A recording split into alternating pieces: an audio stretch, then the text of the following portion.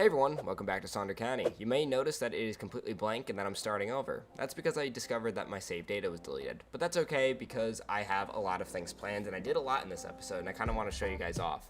What I started doing right here was just outlining where the power lines are going, just really making sure that it looks nice since this is going to be like showcased a lot. And then I moved into the road builder tool to create some slip lines because I decided to make a custom interchange. This is me experimenting with some of the medians along with the road markings. I wanted sort of a suburban style to a lot of my roads, which includes having like the trees on the side and all sorts of things. And this is me right here just outlining it and making sure that it is even. And then this is where I started to test out with the off-ramps. I removed some of the little power lines so I had some room to work with, and then I adjusted the nodes so that it was nice and even.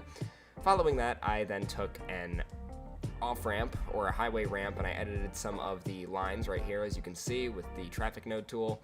And then this was when I went in with my custom interchange. Being that the town of Oxbow is a small town, it's a very tight-knit community, I didn't really need to do a lot in order to get the interchange that I wanted, considering the fact that it needed to be small since it wasn't a huge town. Since small communities do not have long on-ramps, they typically honestly they look like this most of the time. And then I went in with a couple stamp tools to make sure that it actually looked realistic. I'm pretty sure that roundabout stamp might be incorrect, but I don't know. And then this was me just kind of looking. So I looked at some of the stamps that I did download because I downloaded them blindly, and I was like, oh cool, we have a tennis court and a basketball court now. So that's pretty nice. I created my main arterial just along down here. I wanted this community to be very based off of nature, and before I started recording I did end up creating a couple of custom roads, and then this was me creating some more slip lanes. Again, just because it is a small town doesn't mean it needs to have sucky traffic, so I wanted to make sure that the max population that this town will probably have is 10,000, which honestly isn't too big, especially because I live in a town with 12,000 people. It's not very big. It's just, well, it is decently big, but it's not very dense, and that's kind of what I was going for. So you're gonna see a lot of single-family homes in this series, but that's okay, that's fine.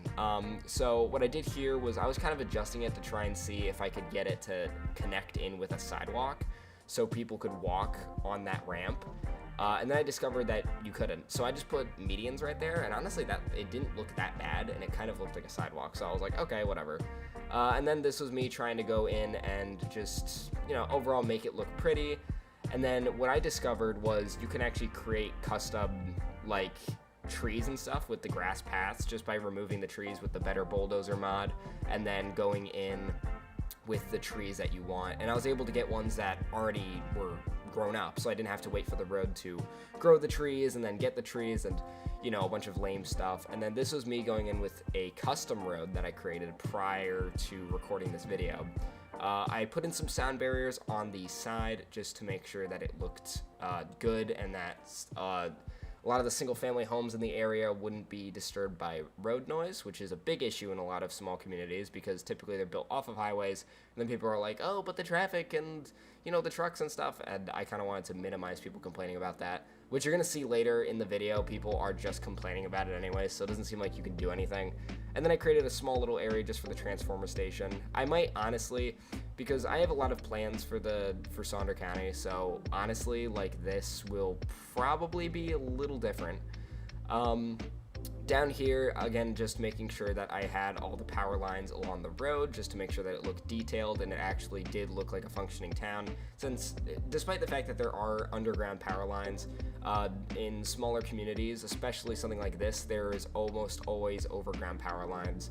And even in large communities, in my town, there is always some type of overground power line, because underground power lines are really expensive. And so I live in New York. Fun fact about me, I live in New York, and my town recently wanted to run it underground, but the issue is that it's so rocky, because I live near the Adirondack Mountains, so it is incredibly rocky, it's incredibly hilly, and the town that I live in, it's almost impossible to do. And given the fact that this town is near a mountain, I figured that it would be impossible to have any sort of power lines be run underground, because typically it's not usually a good idea. And then I made somewhat of a basic parking area right there because I was going to put some row homes near it. I really did make sure to pre-game this out. I do have a map, like a physical drawn-out map of the county that I've been working on, like in real life, to try and make sure that it actually looked nice. And then I decided to create a nice centerpiece for the town, which would be our water tower, followed by some internet, some basic city services, basic City Skylines gameplay. And this is the first time that I actually ever went in with the editor and tried to make it look somewhat decent. So this is what me going in and really detailing up this small post office, because a lot of small postal offices, they're typically not some bright giant color. The one in my town is made of brick, but we don't have that texture yet, so I was like, okay. I also found this really neat road texture asset tool that allowed me to create this like dirtiness on the roads, and it honestly looks really, really nice. So I decided to keep that in. I removed a lot of the foliage and a lot of the outside decorations for the post office, meaning that now I could go in and make it look a little bit more industrial, since typically smaller post offices usually look like that. It's weird why it does look like that, but it just does anyways. And then I added a little parking area, some no parking strips, places where vans would park in, and I couldn't fit in a handicap spot right there, so I tried to just make do with it looking like that, which I know isn't super realistic, but maybe I'll figure out how to get rid of the actual lines for that. And then this was a huge centerpiece. This is something that it took me a decent amount of time. So this is a fake company that is residing within Sonder County. It's going to be a huge centerpiece of the county. It's called Ecoil, and of course they are a petroleum and gas company. So I decided to really make they will be in basically every town, every province, like every area of town. They're going to heavily dominate most of the gas stations that spawn within Sonder County. And being the fact that I was custom creating this gas station, I really wanted to make sure that it looked nice, and it also looked like a small town gas station. So I removed a lot of the foliage, again, a lot of the advertisements, a lot of the buildings. I edited the color to have a nice soft green, not green, orange color, my mistake. And then, again, you can see how this looks a little bit more, old. It looks not run down, but it just looks used, along with the concrete texture assets from City Skylines, which, honestly, that dude is a master builder when it comes down to these builds in City Skylines. He's honestly one of the biggest reasons why I even wanted to restart Sonder County, other than the fact that my save data was just completely destroyed. This was me also trying to fix up this interchange, or intersection rather, because it just wasn't it just didn't look nice. I didn't like the idea of cars pulling into this one-way alleyway, which I think I used on Mio's road assets, because I'm pretty sure that you can't do a one-way alleyway in City Skylines 2.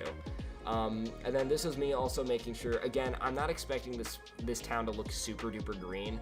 The only reason why there's grass lines is because this is a very suburban town. So typically in suburban towns, they usually have grass strips on the sidewalk. I don't really know. And then this was the only dense area of town. This will probably be the only dense area of town, maybe a small apartment complex, but I used the line tool to create, and you're gonna see why this is stupid, why it's a little silly that I used the line tool to do this, when I could have just plopped them down on every other building and I would have gotten the exact same effect. So I'm actually gonna end up doing that later in in this episode, but just kind of don't mind it. And then I removed a lot of the grass on these row homes. Again, making sure that it looks a little bit more industrial and it looked a little bit more. Now this is the only time where I'm going to say that it actually did look run down, because honestly, it did, and that's exactly sort of what I was going for. A little bit more run down. I might change the back to have more grass. I think that would be a good idea, but honestly, that's just post-Brett talking, because this voiceover I'm recording in one take, so I'm just gonna see. And then this was me trying to reload City Skylines 2, because I was trying to fix the stamps, because they wouldn't load, and then the game just crashed. You're just gonna see. You just see how the game just freezes, and then I end up stopping the recording right here, and then boop. Hello, welcome back to City Skylines. Yep, that's because I couldn't get any of the stamps to work, any of the gross textures to work, anything that actually looked nice to work. And it was honestly really infuriating, because I was like, did I just corrupt another save? But luckily I didn't. And then there was this weird glitch that was happening with the trees. Again, I don't know. I think I reloaded the game like a second time during this video. Yeah, and then when I reloaded the game also, because I didn't start recording until I reloaded Sonder County, it basically like reset all my settings. So my graphics settings are completely different now. It's all really, really weird. Don't mind it too much though. I do have these little like gross like dirt smudge, I don't really know what you call it, on the roads. Again, to give it texture, to give it detail. I do really like how the Paradox Interactive community has sort of like, it's sort of starting to become way better than the City Skylines 1 Steam Workshop community, because you have like actual coders now, and I can create stuff like this, and it's honestly really, really cool. And the thing is too, is I'm not even like done with this town either. This area I got a little bit lazy, and I just decided to let the game run and just spawn in the homes for me. I didn't really mind it too much, considering the fact that I don't really want to spend like 30 minutes of your guys' time just detailing this place up and making it like placing every building one by one, because I wanted some individuality, and that's what City Skylines 2 is all about. And then this was me creating a nice little medical clinic. I might honestly redo this area. I don't know though. I mean, I don't know. What do you guys think? Again, this is sort of just a placeholder to make sure everyone's happy and they didn't move out, just to see if the town even worked. Because again, I am playing on unlimited money, so like, you know, I just want to make sure that it actually is working and it does look nice. But I also do want to make sure that it's functional. Now, that also means that this city will never ever see a positive net income. I want to imagine that the state probably is paying a lot of money to have this town up and running. You guys are going to see the reason why this would be the case in a minute. Actually, not in a minute, because in a while, rather. But yeah, this was like essentially what I was just going for, just detailing it up, and by detailing I mean just placing down trees everywhere. I mean, that's basically how much detailing I can do. Up until I ended up, I'm pretty sure I did a bunch of like stamp work and whatever. Oh yeah, this was me, again, because the game likes to reset your intersections sometimes, so I had to go in and fix that. And then I started looking at these little pedestrian assets. I didn't realize that I had stairs, and this was just me just looking at it forever, and it was pretty funny. This was like 10 minutes, by the way, sped up. But anyways, this was another row home area that I created just for the sole purpose of it looks nice. And yeah, this is basically like most of the gameplay. I kind of just really wanted to test out just like the parks, the way that you can detail in this game, and honestly, it's really nice. Like, it's way better than I originally described it being. Like, it's just way better. And then yeah, so this is Sonder County right now. It has a lot of issues. Like, there's a lot of areas that are relatively like not nice, especially this row home area. Boom, there you go. See, this is where I replaced it, because I was like, I could have done this, and then I did. And then yeah, nice little fun little area. It's very prim, very proper. So yeah, reloading the game. This was actually an hour after I stopped playing, because I realized I had a bunch of ideas that I wanted to do, and one of them was adding in things like sewer grates and other like little details. I also managed to get the stamps to work, so I added in a bunch of cracks and sort of just wear and tear, like potholes along the area. And then I also discovered that the graffiti works, and then that's when I went over to the water tower and I realized if it's going to be an old water tower, I've noticed a lot of old water towers in towns typically just have just a bunch of graffiti everywhere, like all over it. So I decided to add in a little area where that would be, kind of near the ladder, where like a bunch of delinquent teenagers would probably go over and mess it up. And then again, going in with the cracks. And then I actually discovered this, which is like mulch. So I placed this around water towers, which is sort of semi-realistic. Like, that's kind of how water tower, like, they typically have some type of mud around them because it's like wet and gross there. And then I also noticed that the game was playing, like, it was playing at night. So you guys are gonna see it at night a little bit, which I guess is kind of neat, but then I changed it back to normal day so you guys can actually see it. So yeah, this was also me going in again just with more detail, because I was absolutely obsessed. I figured that this is a lot better than the original town of Oxbow that I had when I first started Sonder County. And I really hope you guys are okay with me starting over. There was basically nothing I could do with that save game. Like, it was essentially gone. It was just nuked to oblivion. But yeah, this is Oxbow for now.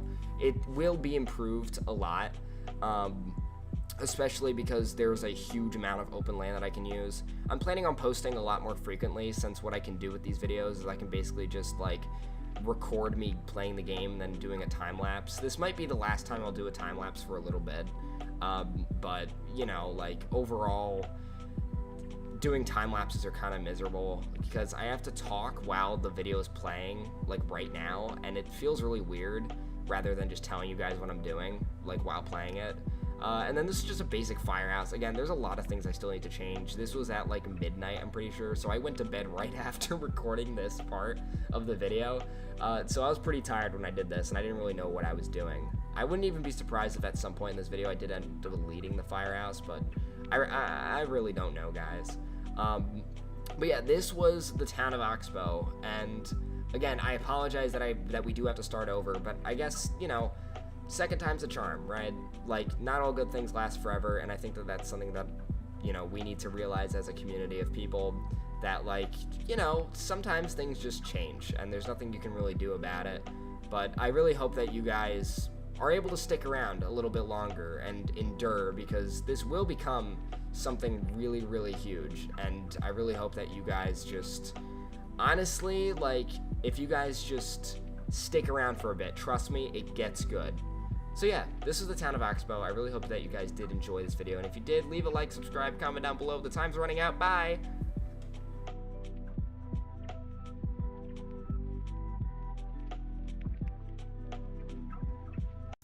Hey everyone, welcome back to City Skylines 2. We are back here in Sonder County, more specifically the town of Oxbow. I'm back here with another time lapse because, again, I did a lot in this episode. But let me know what you guys think about the time lapses down in the comment section below, because I do genuinely want to hear your guys' feedback.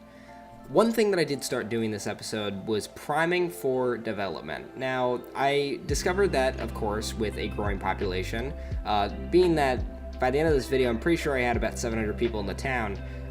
That's quite a bit of people, and by then you should have a school, and that's exactly what I had. Now, here was me trying to find an intersection. I was planning on having 3 interchanges for the town of Oxbow.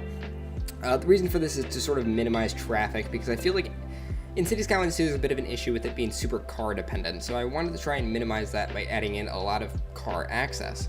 I will be changing this eventually, but not right now, because I don't think that it's needed since Sonder County is so low in population. And I decided that, you know what, because this is a small town America, I figured that it would only make sense, and because it's funny, to add in an interchange that just does not make sense. It has 2 off-ramps, and it has street lights right in the middle. I figured that that would be literally perfect, because it would just add in some character to the town. It would also make people just think, why? Why would you add that, you know? It was sort of intentional for it to be bad, literally just because I kind of just, I wanted some character, right? And I ended up deleting this firehouse, and you're gonna see me regret it later on because I forgot to add it back. And I was experimenting with some of the assets for the cemetery, and I discovered that there was a temple asset. Now, this temple asset sort of looks like a church. So I decided to take the liberty of developing a nice church area for the town of Oxbow. Now, I figured that this would be a good idea to add in, because really in small towns, whether it's American, European, Asian, it doesn't even matter what type of town it is, usually most of them are built off of religion. And I wanted to really encapsulate that by having this be the centerpiece of the town. It would have a large amount of parking, a large building, and it would also have a crematorium installed into it. And I really wanted to add that in. So, that's exactly what I did. I added it in, I made sure it looked more concrete-y, not like all green and like one with nature, because again, small town America, right? I had to encapsulate that in this. I intended to create a small park area right next to it, as you can see. I ended up giving up later because I realized that it kind of looked weird to have mowed grass right next to a bunch of foliage. So I removed that, and then I just kept working on the actual parking area. I wanted it to just look sort of like friendly, you know, but also make it look like it was built like 80 years ago. A big issue that I have with the City Skylines 2 is the fact that a lot of the buildings look like plastic, and it kind of sucks that I have to go in with a stamp or a surface tool to make everything look dirty and grimy, because it honestly just makes my life really difficult.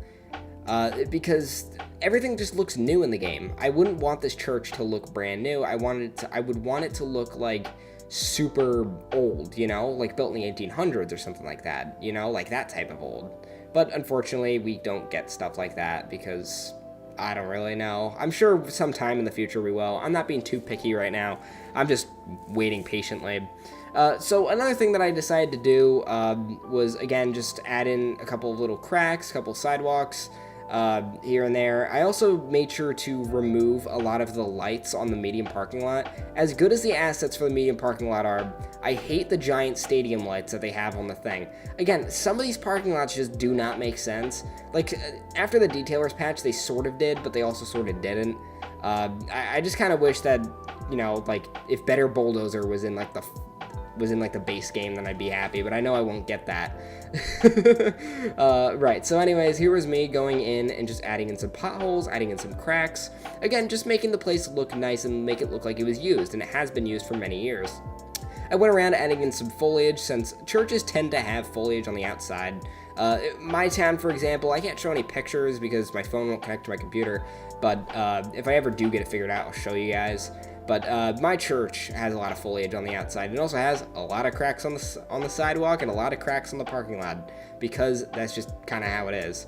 And then this was me sort of looking at a reference. So obviously you guys can't see it, but this was me looking at a reference for a corner store, which is the next piece of the town of Oxbow that I wanted to have. Some sort of corner store. Now the funny thing is about corner stores is that I'm usually really good with creating them when it's at like a 55-degree angle, or even a 75-degree angle is fine. Heck, even an 80 will work for me.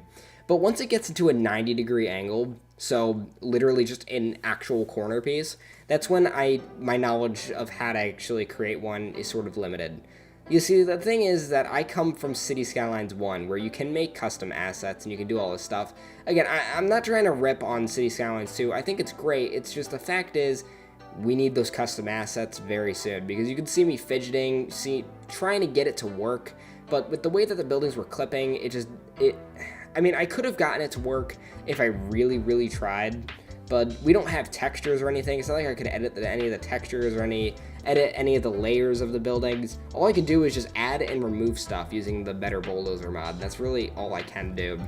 I eventually did kind of get it, but I realized that it would take me literally an hour in real life to do for just this one sample, and I realized that it probably wouldn't be worth it considering how big Sonder County is going to be.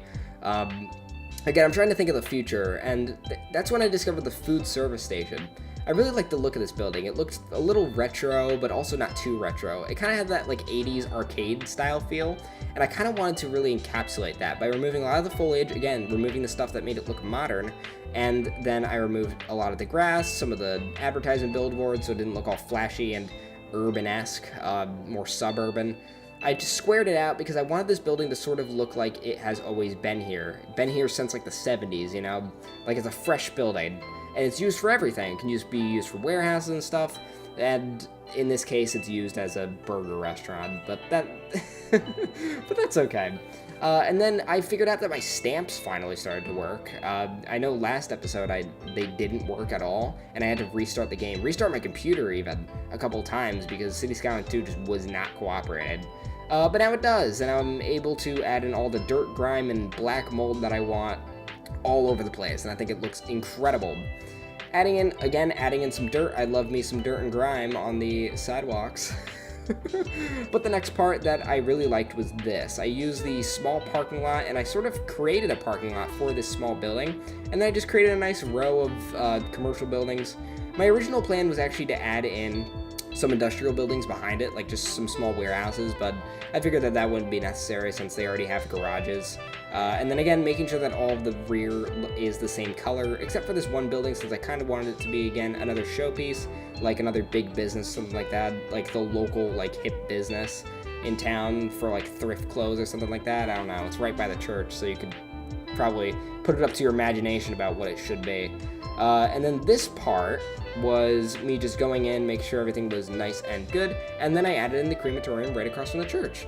Now, unfortunately, I can't edit the brick texture. I really wish I could, because I'd make it all gray. The crematorium, or funeral home rather, in my town is gray and white, and it looks really, really nice. And it also has like a gold trim on it. It looks, well, it doesn't look fancy for a funeral home, but it definitely does look on the higher end. But yeah, so I couldn't get rid of these yellow markings. Again, a lot of these buildings in City Skylines 2 look a little clunky. They look too urban. And while City Skylines 2 advertises itself as a small city builder, like you can build small cities, yeah, that's true, but it also really pushes you to build big, because it doesn't have like true small school. Like example, a school should be larger than like 3 blocks. A small school. And it doesn't even house that many people. It's just because back then people didn't really conserve space. This is another custom area that I created with the row homes. Again, plop the growables. And I didn't even intentionally do this. That's the thing with this parking lot. I didn't even intentionally want it to be right there. But then I was just like, oh, it fits. So then I just added it. I placed around with some of the node tools, just again made it look nice. And added in a small neighborhood, which I will then use eminent domain and, we'll take a mulligan on it in a while. City Planner Plays reference, but that's not me. I don't take mulligans unless if I really need to. So I added in just some more buildings again, just to get our population up, because I realized that this town is probably going to be really like super not dense. So I really wanted to try and prevent some of that. Probably thinking, well, Brett, why don't you just add in some row homes? No, I can't. You'll find out why I can't. It's because, again, this is sort of based off of my own hometown. Just a little bit with some of how the neighborhoods are structured. Like, this is kind of how my neighborhood is structured in real life, the neighborhood I live in. And then I tried to add in these cul-de-sacs right here, and then I realized that it looks like poopy, so then I deleted it. I think. Did I? Yes, I did. Again, I'm still new to all this whole voiceover thing, so just let me know if I'm good at it. And then I added in this little, again, another crescent shape, because I sort of wanted to match the larger crescent shape towards the center of town, since I figured that would look really nice, on a map or something like that, like it just looked nice. We call it Big Oxbow and then Little Oxbow. That sounds like a rapper name, Little Oxbow. Anyways, so I added in some nice power lines, again, because I do not want any sort of overground power line at all on any street. Every street will have an overground power line, unless we reach a super modern city, which I don't think I'm ever going to do, unless they add an asset pack so I can actually edit it. So then, moving on into... This is just me moving around the town, and then this is me creating a custom elementary school. I decided to use Anarchy to sort of mesh it into one building so it looked like one unit. I tried to delete some of the walkable things. Also, credit to City Planner Plays for this, because he was one that did this in his latest episode of Magnolia County, and I was like, whoa, that looks cool. And then I realized that you could actually do that. He didn't use any mods, he just used Anarchy. So I guess he did use mods, but hey, here I am, doing the same thing. And then I tried to make some parking lots, stuff for staff in case you need to pick up your kids, just areas. But I realized this wasn't really a high school, so it's not like it would be necessary for me to to add in a large parking lot. Matter of fact, I don't even think I added in a parking lot because it just really isn't necessary, at least for the moment being. It's not super necessary. But yeah, I'm pretty sure I ended up I got rid of it right there. And then I added in a nice small or large playground, and I wanted this to look like one giant building, so I sent it over here, and then I tried to create some sort of custom path. I realized that it looked like poopy, so then I just made a nice square path using the gray tiles, because I figured that would look just a teensy bit nicer, given the fact that, this whole build was about detail. So I wanted to make sure that it actually looked presentable and that every crevice that you zoomed in on would be left completely touched, smothered even. And then I added in some nice trimmed grass, and again, making sure that it looked like a nice building. And it looked like one building. I even added in some invisible pedestrian paths, so the paths are usable, and you're gonna see it. Boop, there you go. You can see people walking down the paths, and that is exactly what I wanted, because now I'm able to essentially create my own parks this way. And I guess I kind of did that in this episode. Again, just kind of let me know if there's anything that I should add. Again, the comment section is a free place, my friends, so please feel free. I added a little bit of a cul-de-sac because my town in real life, my elementary school has that. And I figured that it's more efficient because, right, if you're a car and you're driving, you pick up your kids, you won't have to do a full U-turn just to go back. You just follow the roundabout and you end up back in the town. And also won't, clog up traffic because then you're going to have to go into a main arterial, and that's kind of what I was trying to prevent here. So that a lot of this, like just adding in the basic 3x3 and then 2x3 homes, which is going to become a standard in the town. Originally, I was going to create sort of a large commercial area right here, but then I realized that it kind of looked sucky. So then I added in some pedestrian paths to break it up a little bit, and then you're going to see right here the London Plains. My favorite, my babies. I love the London Plains. If City Skylines 2, if Colossal Hoarder ever got rid of the London Plains, you know that I'd be the first to uninstall the game. I love the London Plains so much. They are beautiful, beautiful trees. And then here was me, again, just adding in a small parking lot, and then a random van appears. I don't know what that was about. I was gonna add in like a tennis court or something like that, but I realized, again, this isn't a high school, so it's like, this is for a bunch of little kids, So I wanted to make it look homey, make it look roomy, make it look nostalgic, all sorts of things. And then this was when I realized that my cursor going crazy, because I realized that, oh god, no wonder why everybody's complaining and unhappy. It's because my firehouse burnt down because I dismantled the fire station from the beginning of the episode. I even added in this little firewatch tower. I think I might expand upon it later with some dirt roads. Just let me know what you guys think, but that was kind of like what my rendition was going to be. A bunch of firewatch towers at the top of the hill. I always thought that looked really, really beautiful. And then I imported some city services, again, because I'm working off of unlimited money.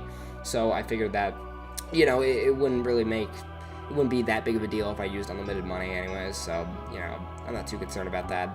And then here's me going around just adding in, again, the power lines, because I added in a lot of roads and I completely forgot. I've been neglecting it this whole time, and I was like, oh shoot, I forgot. And then somebody tell me in the comments, how exactly am I supposed to plant trees in between all these houses? I know I could use anarchy or something like that, but I was like, I don't know, I don't think that's a good idea, because it clips through the houses, and then I have to go back and I delete all the houses. I mean, if that's how I have to do it, then so be it, fine. But, it's whatever. And then I added in a medium density, not a row home, but like a full apartment building. And originally I thought that was a good idea. And then I saw all the cars flooding in, and I was like, oh no, never mind. You're getting a parking lot, baby. And then I tried to break it up by adding in some parks on the side and stuff like that. But I realized that it didn't even look that good. So I was like, never mind. I did like that little park asset, though. The large city park is by far my favorite park asset in the game. It really is. I love it. And then I just added in, again, some more commercial, because small town America. Here was me tweaking about the one commercial building that wasn't facing the right way, and then I gave up, and I was like, okay, it won't switch. If I use plop the growables, it'll switch, but I didn't feel like doing that, and then I just let the houses build in, and then I'm pretty sure, yeah, this is when I went in. This was my second method of trying to fill in the houses with trees. But then I realized that it looked dystopian. Like, it looked like, hey neighbor, how are you? Type stuff. And I was like, I'd rather have a picket fence right there. And then, see, this is when I went in with anarchy and I tried to make it look fuller, but then it looked even less full because I was like, shoot, well, just clipping, half of the trees I just planted is clipping through a house, so I can't even place any of them. So, and that got me decently upset. So yeah, overall, this was the entire build. This was all that I did. I added in a brand new elementary school, a brand new church area, all custom built, using, I think, about 87 mods. I'm pretty sure in this video I used about half of them. But yeah, guys, this was basically like the entire game. Was just me placing, building, expanding, and overall just making sure that everything was functional and everything looked nice. Because the next episode, guys, you don't want to miss it. It's going to be big, it's going to be good, and it also won't be a time lapse. I swear, I promise it won't be a time lapse. And if it is, then may lightning strike me dead. And I'm not even joking about this. Now you're actually going to see in originally I was going to create a cool transition right here, right? You can see it into the end of the video. And then I realized the road builder mod had something really cool. You go into the parking assets. This is just a small bit. Experimenting with it, watch this. You guys are about to look at that.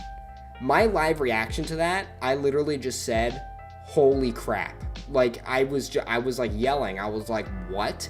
And then I realized this is the new wave. This is the new stuff, right? Like, this is how it is now. We can just have parking on the side of the road. And I was like, I immediately placed all of this down. Every one of it. I removed all the trees, again, because I remember at the beginning I said it was one with nature, but it's whatever. But yeah, this was Sonder County, everybody. This was the town of Oxbow. I really hope that you guys did enjoy this video. If you did, please leave a like, subscribe, comment down below. The video has now ended, but I did want to sort of leave a message to you guys. Please let me know if anything's wrong with the video. That's the only thing I'm really asking you guys. Hello everybody, welcome back to City Skylines 2, more specifically Sonder County, even more specifically Oxbow, the town. It's a town that I'm working on that's highly detailed and based on most small-town American cities and American suburbs, specifically my town, which I can't say for privacy reasons, but today we're going to be doing something pretty cool, and today we're going to be adding in a bit of culture to the town that I think is really necessary. Now, a lot of builds in City Skylines 2, specifically from content creators, typically they don't add in any sort of like special amenities, special headpiece, special area where you can go and look, where you first alert to the map when you share it, and you're like, whoa, that's pretty freaking cool. So I wanted to add that, and I figured what a better way to do that than a community lake, a park that's centered and built around a lake. So I figured that would be an amazing thing to do this episode, and I'm super duper excited to show it to you guys and also show you guys the process and also talk about a couple of other things about City Skylines 2 that I want to show with you guys. So towards the end of the video, you may notice that I placed down a prism. This is going to be a temporary thing. I asked on Reddit if anybody else is having this issue, which is crime. Now, crime has been rampant through the town of Oxbow for a little while, ever since I started the town, and I originally figured that it might be due to the infinite demand mod. I tweaked it a little bit. I didn't want to disable it because I didn't know what it would do to my save, but it didn't seem to fix anything, so I'm a little bit unsure. But yeah, just let me know if you guys have this issue as well. I'm not too concerned about it, but what I am concerned about is how this lake looks. Let me know down in the comments below what you guys think about it, but this is me creating the baseline for how I think the lake should look. And right now, looking back at it, do I think I could have done a better job? Maybe, but I figured that I kind of wanted this lake to be designed off of a spearhead. But I wanted my lake to be designed off of a spearhead since I thought it looked cool, and I think that it looks pretty freaking awesome. I urbanized that street right there. That became my secondary arterial, where I then created a little area. So I wanted two main parks. One park, or rather trail, was going to go along and around the lake with a couple designs, and then 3 gazebo spots on every single main point of the lake. The points where I think where it would be the shallowest and would be the easiest to get to, and already has a natural island to it. And then the second park is going to be a playground right on the left-hand side. I spent a lot of time actually creating this, and I even added a little bit of an office building. It was nothing special. It's not like an important office building, but it's just kind of like a little piece, you know, like, I don't know, maybe it's a park management center. I know they have like a park maintenance depot, but that's not what I wanted to do since I didn't have an industrial area yet, which is coming soon, so make sure you guys subscribe if you haven't already. Also, speaking of which, the subscribe thing actually lights up. I did not, so this is a little bit of a sidetrack thing. So I discovered recently that when you say, or when a content creator says the word subscribe, my little subscribe button glows and it blinks. So I thought that was really neat, and that's all I'm gonna say about it. I was like, whoa, maybe in the future I'll end up saying subscribe a little bit more, but yeah, so anyways, what I just did was adding in a couple trails, adding in a couple paths, just doing a bunch of things to really make the place look neat and look nice. It's kind of inspired off of the very same trail, or rather, again, park that my town has, which is a pond that just has a couple of trails, and then it has a road right in front of it. And it even has houses right off of the side of the lake. So I thought that, you know, it'd be a nice little addition that I could add in. Adding in some trees, adding in some foliage, looking like it's been here for decades. I have no idea what that truck just did, but it was freaking awesome. I was very astounded. While playing the game, I didn't pause at all, but I noticed the truck doing that, and I was like, I'm gonna mention that in my video. But anyways, this was me just admiring the lake because I actually thought it looked pretty cool, especially during the winter. Another thing that I noticed was these wild bushes. I wanted to have some foliage along the lake. I don't think I did it across the entirety of the lake, mainly because I'm saving it for my stream, so make sure you follow my Twitch as well. Alright, I swear that's the last social media plugin that I'm doing. So anyways, another thing that I did was right along, I'm pretty sure here, yes, there it is, the gazebo 1, 2, and 3 right there. And then I tried to add in some faucets right here. I thought that they spewed water. I thought that would be a really neat detail since my town actually has in its lake like some sort of like water faucet thing that shoots up from the sky. It's like a little fountain in the middle of the river, and lake rather, and it looks pretty cool, but I noticed that the props couldn't do that even in the update. So I really hope that they fix that and add, because I see the nozzles, I see the water nozzles, so I'm like, it has to be possible, right? But I didn't worry about it too much because I focused more on the gazebos and make sure they looked nice. I added some paths to make it look paved, and I tried to use the line tool to get the benches correct, but I was like, you know what, why don't I just stop being lazy and I just place them manually? So that's exactly what I did right here. I placed some benches just along the edges, so like if you're walking, it's a hot summer day, you know, you haven't had a drink in a minute, you know, you could go ahead and sit down for a few minutes before continuing your little adventure, or you could even cut across the grass. And now my original plan was I was gonna build a playground on that side right around our arterial, but I was like, nah, that doesn't really make any sense. So instead I decided we're gonna create a custom playground. All of this was actually unscripted, and I didn't even think about what I was building while I was building it. So I thought it was pretty neat, just kind of seeing these builds, because I don't even remember what I built since I actually recorded this video a couple days ago. I think about 2 days ago. Pretty sure it was Friday night when I recorded it. It's currently Sunday night at 9:30 at night, which is beautiful. Now, I went around and added in a hangout area and sort of a walking area just along the edges of the lake, so I could actually see people walking along the edge of the lake. And this is a neat detail that I kind of wish that the city's devs would add in the future. Like, if you, like, sort of like, remember the park DLC in the first game? Like, I really hope that they bring that so I could just, you know, add in an area and then use with like a specialty node tool. I could basically just say like, hey, you can walk around this like pretty easily, you know, like all that stuff, all that jazz. I added in some, you know, invisible pedestrian paths so that people could walk through the park. I wanted it to be utilized. I know it won't be, and homeless tents will probably spawn in, which, by the way, the homeless update didn't work for me. I watched a video on City Planner Plays that said that his homeless update didn't work either, and that it also seems to be a case-by-case basis. Yet for me, it doesn't really seem to be working, but maybe it's just because I don't have a high enough population to do that.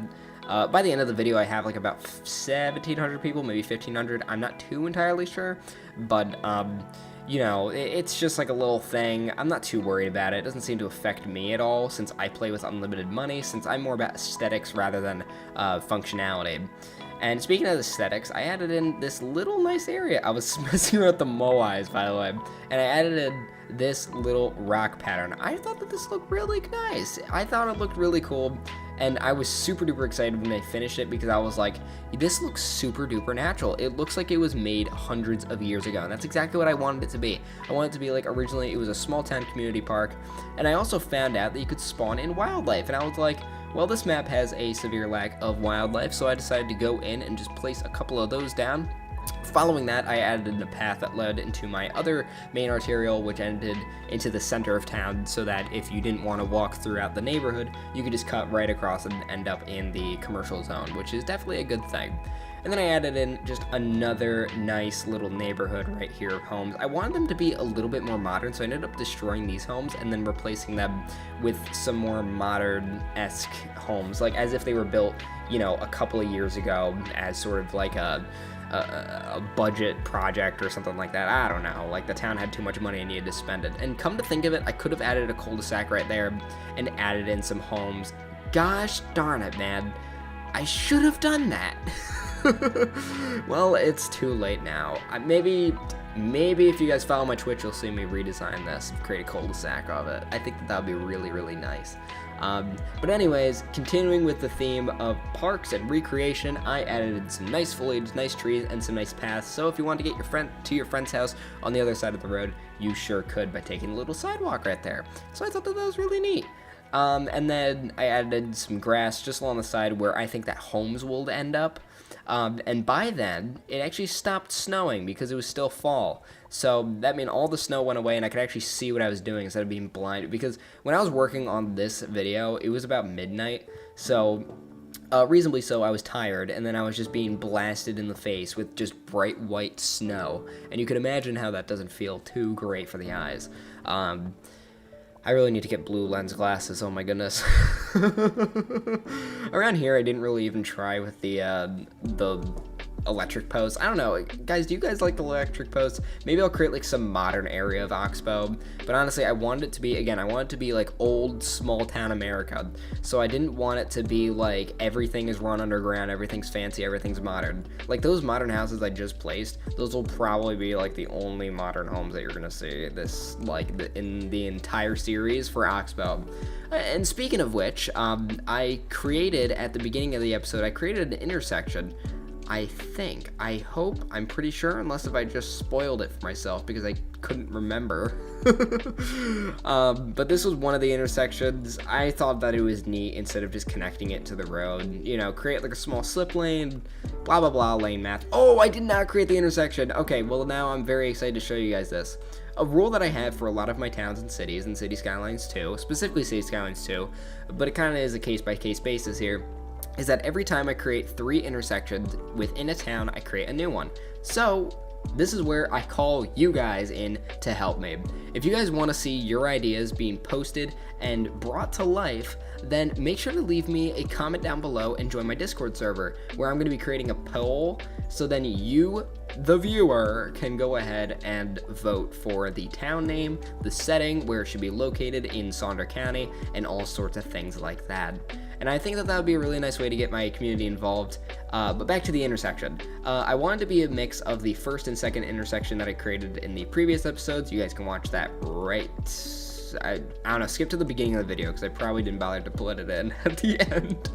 I probably forgot. And then right here, I created just a nice, neat little waterfront neighborhood with some alleyways, you know, nothing too extravagant, nothing too like fancy, just something that's pretty darn basic, you know, and it's just right along the homes. Now this is the second part of the video where I actually decided, you know what, we need to detail some more.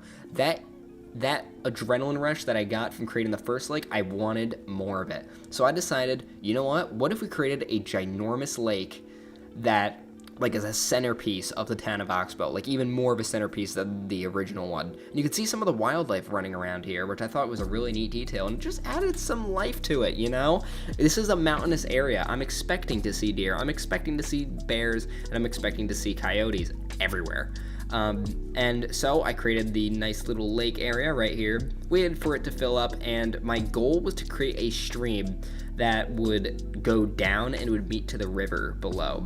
And I thought that was going to be so freaking cool, so I decided to add it in, and then I even raised up the lake a little bit, just to sort of give it some mass, give it some volume, you know, give it, and also be able to have enough volume to where it'll push the water downstream. And this is when I created the baseline for the stream. Now, the funny thing is that it actually doesn't go downhill. I noticed it. It doesn't go downhill. It's really weird. I don't know why, but it just doesn't go downhill, even though the hill, like, that the lake resides on is super high up. So I was like, oh, that's a little weird. Maybe it's a little bit of a hallucination? I don't I don't know. And then another thing that I wanted to do was, okay, you're probably gonna ask in the comments down below, Brett, why are you adding in another train track? Well, for aesthetics, of course, and it was also because a lot of old towns, especially towns that are developed after, like, the manifest destiny of America, was typically that they like to be able to have a lot of access. And of course, people didn't have cars back then, so what did they use? They used trains. I wanted the first cargo or rather train track that spawned with the map to be like the newer one built by the state. And this one was built by the country, you know, like it was built by the country hundreds of years ago, and it's abandoned. It's not used at all. And I wanted to create like sort of an abandoned area of town where it has like an abandoned train station, some small industry, but that's for a later episode. And also I kind of want to surprise you guys. So then this stream didn't really look like a stream. I think I just left it. No, I didn't. I remember I did. So what I did was I drained that lake, and then I created another lake on the top, and this kind of makes sense. This is something that I've seen in real life, not like up close and in person, but it is something that is feasible. It is possible. So I created another lake just up the top right here, and it was stunning. It looked great. It looked good. It looked functional, and more importantly, it made the stream not freaking like ginormous.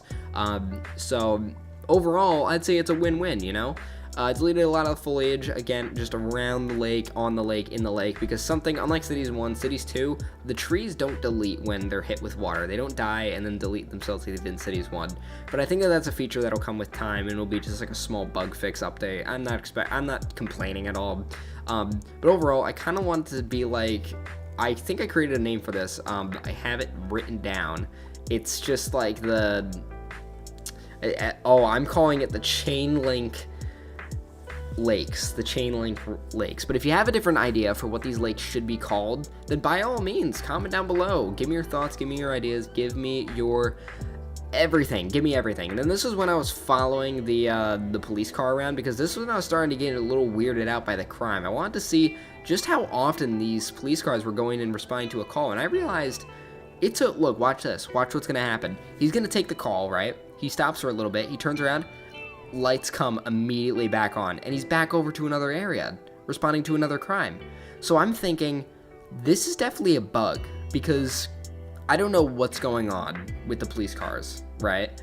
I didn't want to know, but I was like, he's going back to the same house. Look, see, he's like going in a loop. So then this is when I increased the budget, right? I increased the budget, I did a bunch of things, I even added in I added in a prison over here, and I was like, well, shoot, man, I should probably add that in, shouldn't I? Yeah, I probably should. And then I let the game run after I built this for like an hour, but I'm gonna try to figure this out in a later episode.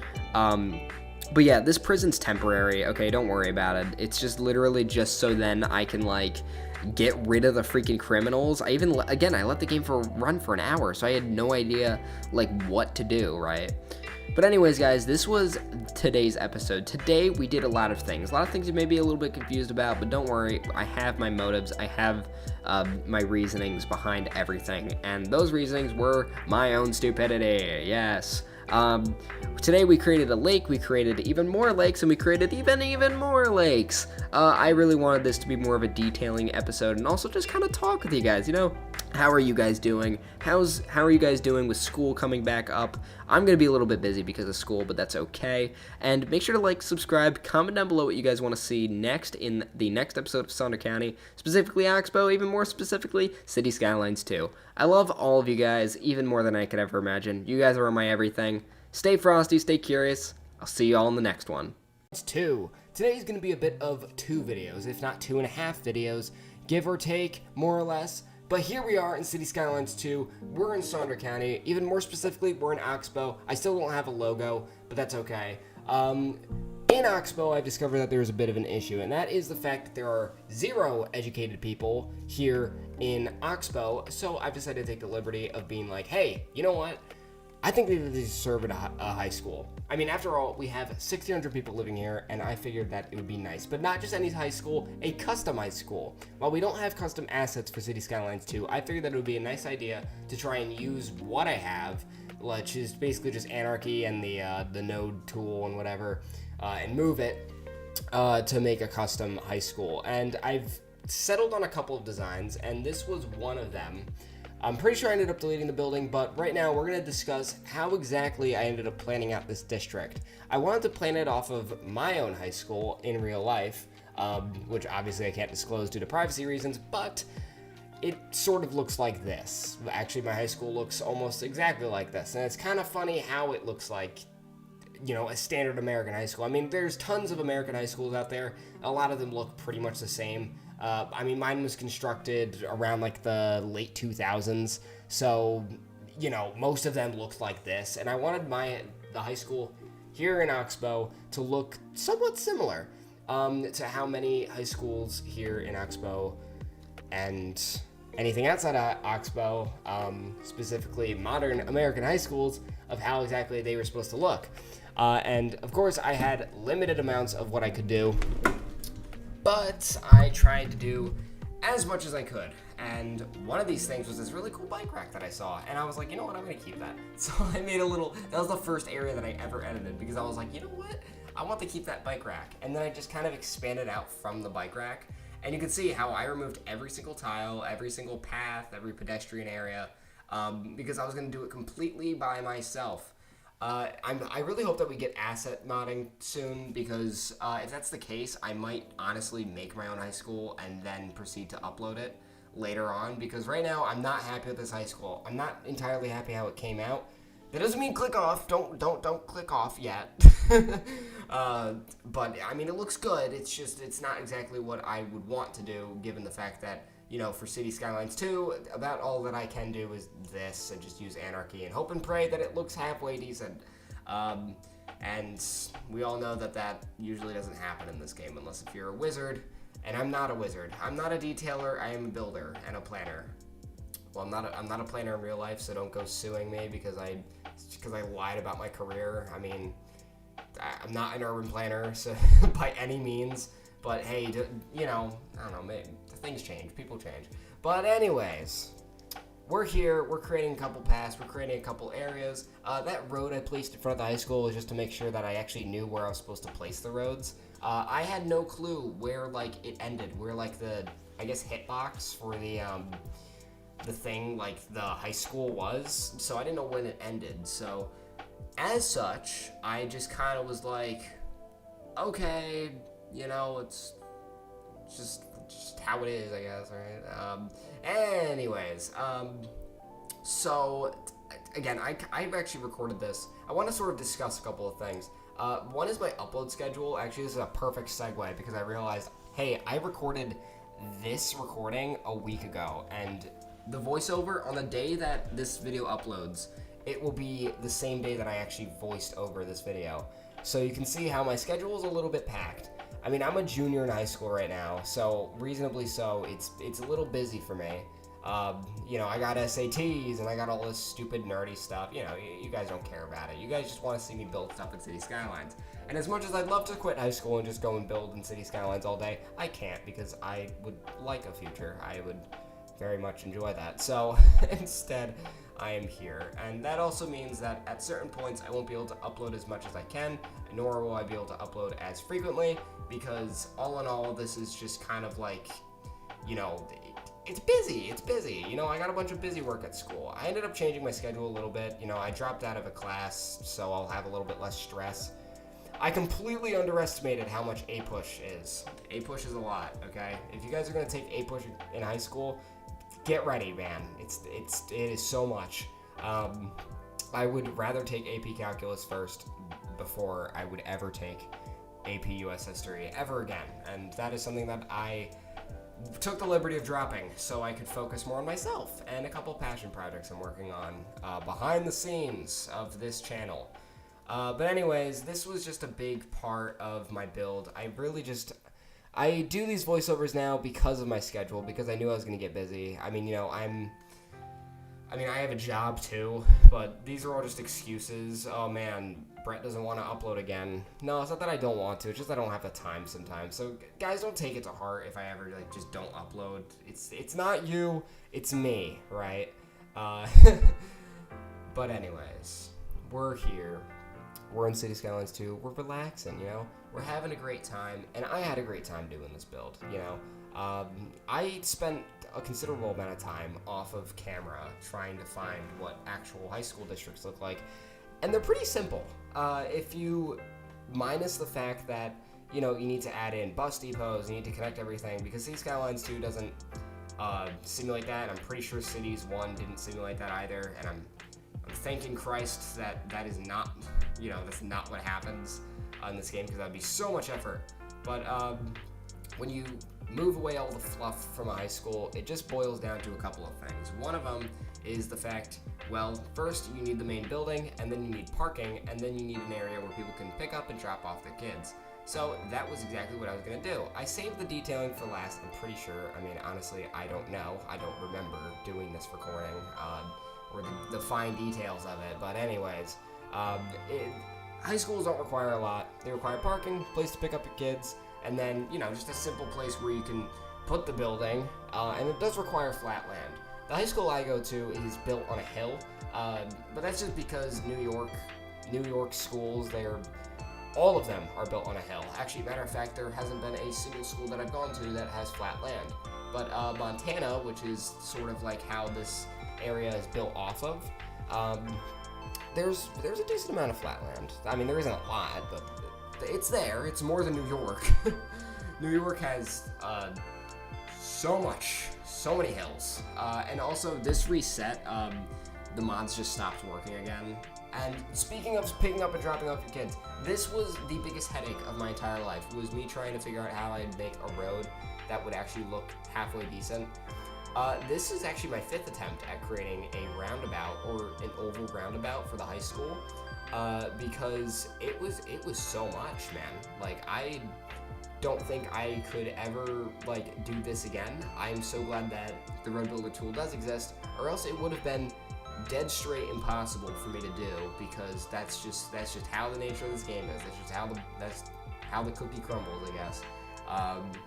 But anyways, here it is. Here's the mediocre roundabout. Could I have done a better job? 1,000% I could have. But am I going to? No, I don't want to do that again. And this parking lot I don't want to do ever again either. Honestly, this entire build, education isn't the biggest thing for me in this game, which comes as to a surprise because, I'm so big on humanity and making sure people are happy, so you'd expect me to be like, oh yeah, I'm one for education and stuff. I am one for education. I'm not a person to say go and drop school because it's boring. No. I mean, I wouldn't have built this, honestly. If I was a non-advocate for education, I probably would have never built a single school in this entire thing.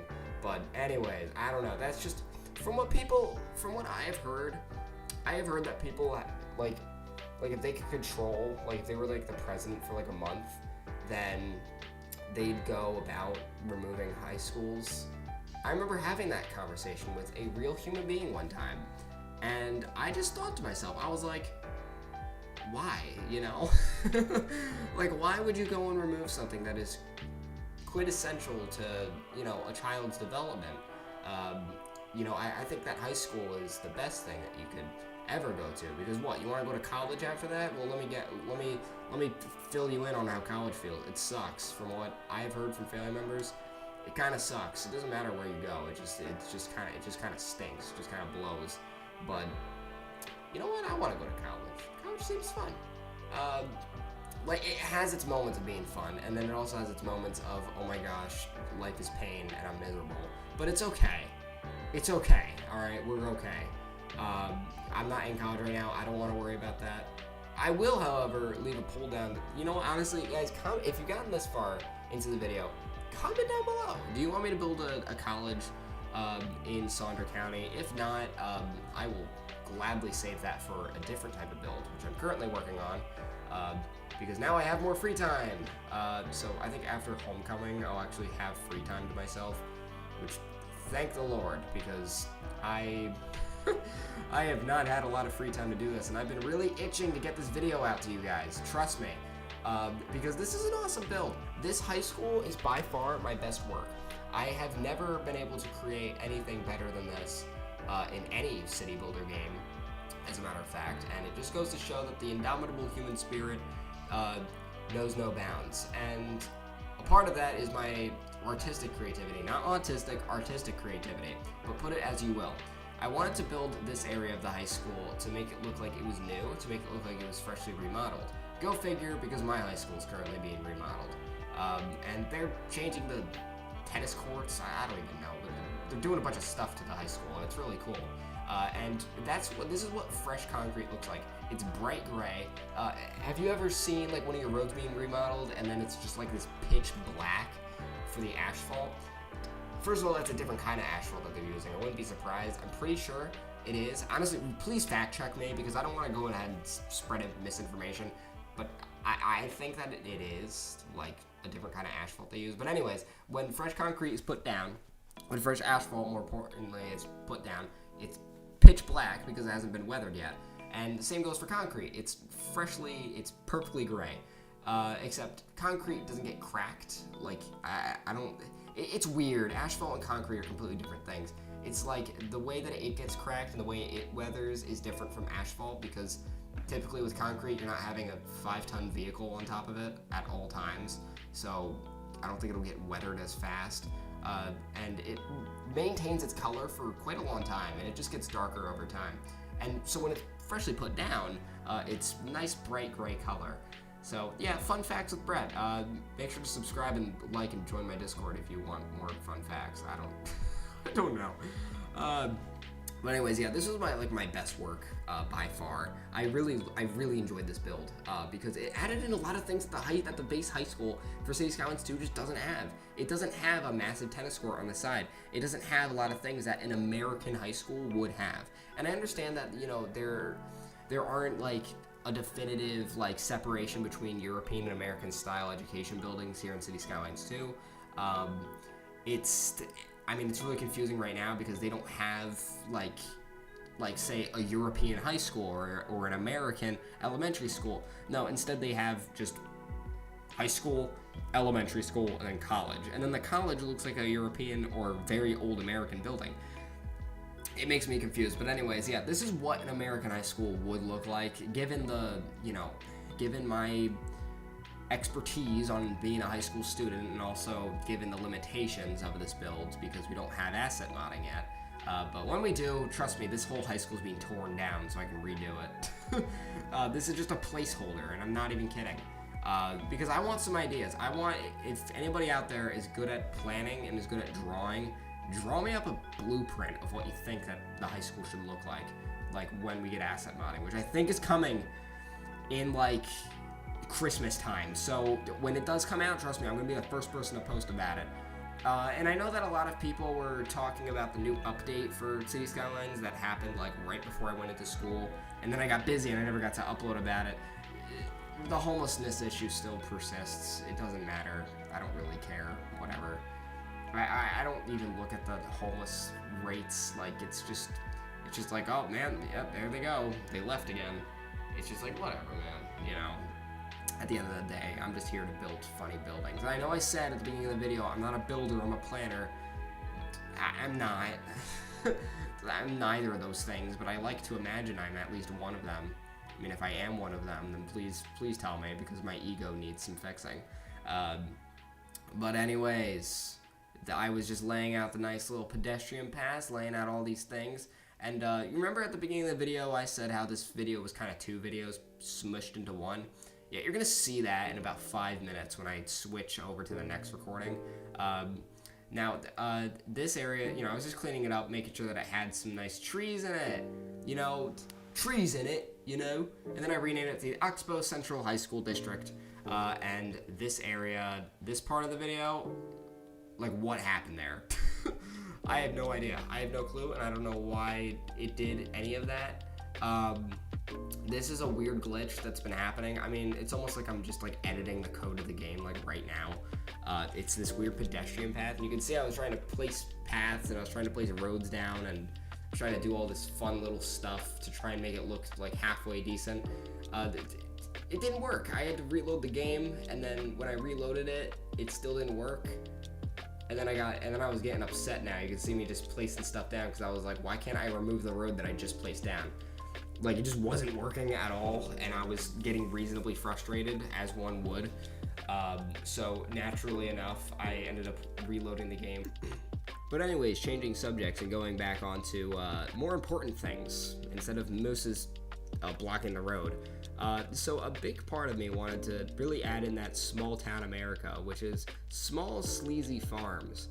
Now, these tiny farms, I wanted to be sort of like owned by like one huge business, like a corporate farm, you know? And I was looking in this section of the video, I was looking and seeing like, hey, how can I do this? Oh, I figured out how I could do it, all right. And it was so cool the way that it came out. Basically, I wanted like just a massive farm just near the riverfront. I wanted to imagine that it was probably built like sometime in like the, you know, like, I don't know, like mid 19th, like 20th century, maybe early 20th century. And it was just built for one company that has remained there since the dawn of time. And that's because I wanted to use one of these specialized buildings for industry, which was the dairy house. And it looked like a big factory where it would collect all of the goodies and all of the fun stuff from all of the farms, and then it just takes it all and then, you know, uses it for the market. So it's a nice thing, you know, and then it supplies the town of Oxbow and the rest of Sonder County for it. And I think that would be really nice to add in, so I did that. And I realized that trucks cannot drive up these hills. And there will be trucks, there will be tractors, there will be all sorts of things driving up and down these hills. So I decided to edit the entire area, which included removing all of the foliage and all of the trees and all of the wildlife. I mean, in typical American fashion, we do not want things getting in our way because, I don't know, we want money. So, anyways, I tried to edit all of them to make it so that when a truck would drive up it, it didn't have a grade larger than 4.9%, which is the maximum that a semi-truck is legally allowed to drive up. Because if it doesn't, then it has a risk of stalling, and then, you know what happens when a car stalls, it just kind of does stuff. But anyways, yeah, so this entire area was planned around semi-trucks and around the fact that there will be cars driving through here. I was, originally it was supposed to be like sort of like one of those like family-owned farms where it was like, oh, bring your kids, go apple picking, and then it slowly turned into me thinking, you know what, this could be industrialized. So, so then, you know, naturally enough, I went ahead and did just that. So yeah, this entire build was just based off of money and based off of the fact that Sonder County wasn't producing anything. So yeah. And then I'm pretty sure, oh wow, I placed the farms before I placed the roads. That is weird. I don't think I did that in any of the other recordings. I think it was just for this building, just so I could get like a layout of the lands, just to see like, hey, how can I plan this out to make it not look ugly and stupid.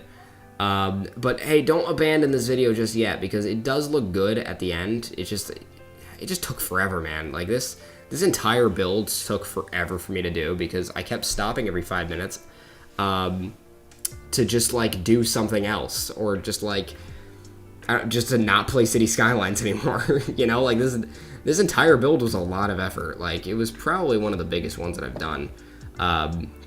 And there will be bigger, because of course, in natural Brett fashion, if you're new to this channel, welcome, but you're gonna see me try and top myself every single time. I'm a big one-upper for myself. I am my greatest enemy. So naturally enough, I love to make builds look as pretty as possible, and typically it ends up with me not having it be super functional. But hey, that's just a theory, I guess. I don't know.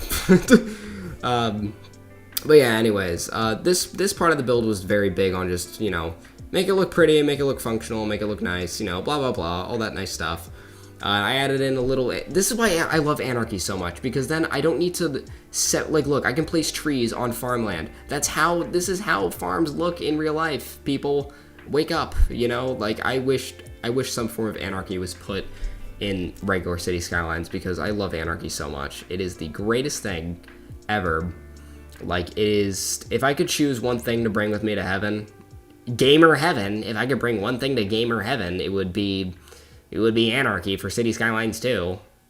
You will never hear me say that sentence ever again. And if you do, and if anybody brings up that section of the video, I'm gonna just deny it, like somebody who's into politics, or like a politician. I will say I never said that. I never said that, people. I never said that I want to go to gamer heaven. What is it? It was, I don't know if that was a TikTok trend or something. It was like, I want to go to Snow Bunny Heaven. Oh, that's what it was. It was Snow Bunny Heaven. Oh, God. It's a reference to cocaine, isn't it? I just got that. I'm pretty sure I'm right. If I'm not right, then don't fact check me because I probably won't care. But anyways, yeah.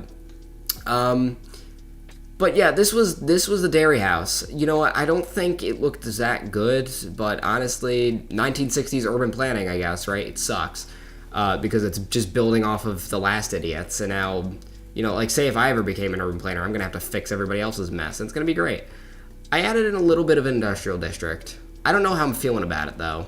Originally, I was gonna place down all the buildings like separately, and then I was gonna, you know, work around them, but I was like, no, and then I ended up deleting them later in the video, like literally I think 30 seconds later.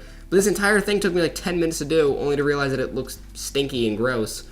But hey, I guess I could just put that on my to-do list of things that I'm going to fix in the county when I'm fully done with it, which, oh god, I mean, I've already edited the map off camera. Like, I've used terrain tools to edit the map because I still don't think it looks good enough. And I'm not trying to be a jerk to the guy who created this map, because this isn't my map. I did not make this map. I mean, I added in a couple of things like the overbuilt freeway I removed and whatnot, what have you. But otherwise, this isn't my map. I got it from permission from another guy who made it. I'm going to leave down the link in the description. I will actually leave down the link in the description for this map because I keep forgetting and I don't want to seem like I'm plagiarizing his map. I'm not. I'm just trying to... I don't know. There were no good maps, and then his was really good, but then it had an overbuilt freeway, and I was like, ah. But it's okay. We need to relax for a minute. We need to take a breather. Listen to the nice soft music in the background. Hear the birds chirping in the air as we overlook our brand new farm, which is Pole OP Foods, which is just a generated name for the dairy house. I don't know. I renamed it to Pole OP Foods. It's been there since I placed the building, and it's a very healthy building. It makes money, unlike all of the other buildings in this game. So I was like, oh, okay. I mean, okay, so I never like said anything, and then I forgot that I turned on daytime. So like just the entire game just started going dark, and then I disabled it because I'm a jerk. My game actually crashed like 5 times during this recording. Not this recording, actually. The next one that I'm going to show you guys. And it was nasty. So this entire build was me realizing that originally I was going to upload the video as is, but then I realized I have so much open space that I could just add in like just more houses and more farms. And I promised a corporate style farmland, and this is the definition of it. An entire section of a county just taken up by farms. You know what I'm saying? Like, it's good. Not enough workers? Oh man, you see those little blips? They're about to disappear in about 5 minutes once I finish up these farms. During the entirety of this entire build, I was busy just trying to make it look nice because I realized this was a massive farm. I don't know how to make farms look good. If anybody here lives on a farm, which first of all, you're awesome for that. I love people who live on farms. Like, that's just like so cool. And second of all, can you send me a picture on Twitter, like DM me on Twitter, like if you have horses, can you like just send me like a picture of horses, like your horses, like no specific reason, just because I just want to see a picture of a horse. But anyways, if any of you guys live on a farm, can you tell me like if I'm doing this right, like am I making this look decent, like is this how it looks? I mean, I'm following contour lines, I'm doing everything correctly. In my head, I'm pretty sure I'm doing everything correctly. But I have a feeling that I'm doing something wrong. And that's why I stopped moving my mouse right here. It was because I was checking my phone, and I was like, how the heck does this look? How is this supposed to look? Again, in my head, I thought it looked nice. Then again, it just didn't. I don't know, guys. Let me know down in the comments below once I am done with the build, but, otherwise, this is just how it ended up, you know. I think it looks good though. I think it looked neat. And also for anybody who are reoccurring viewers who are like, you sound a little different. Yeah,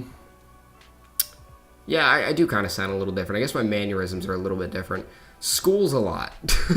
That's all I'm gonna say. School's a lot. My natural bubbly personality, once I have to see all the wannabe gangsters in the hallways of my school, it immediately goes away once summer's over. So sorry if any of you guys think that I sound like a like a jerk. I'm not genuinely. I'm just tired. It's okay. It's okay though. It's okay. We'll be okay. We'll work through it. As all good things must come back eventually. I mean, they go away, but they also come back too. So, just I don't really. But anyways, it's time to place down the farms. I wanted another area where lumber was going to be put down. More specifically, apple trees, because I love apple trees.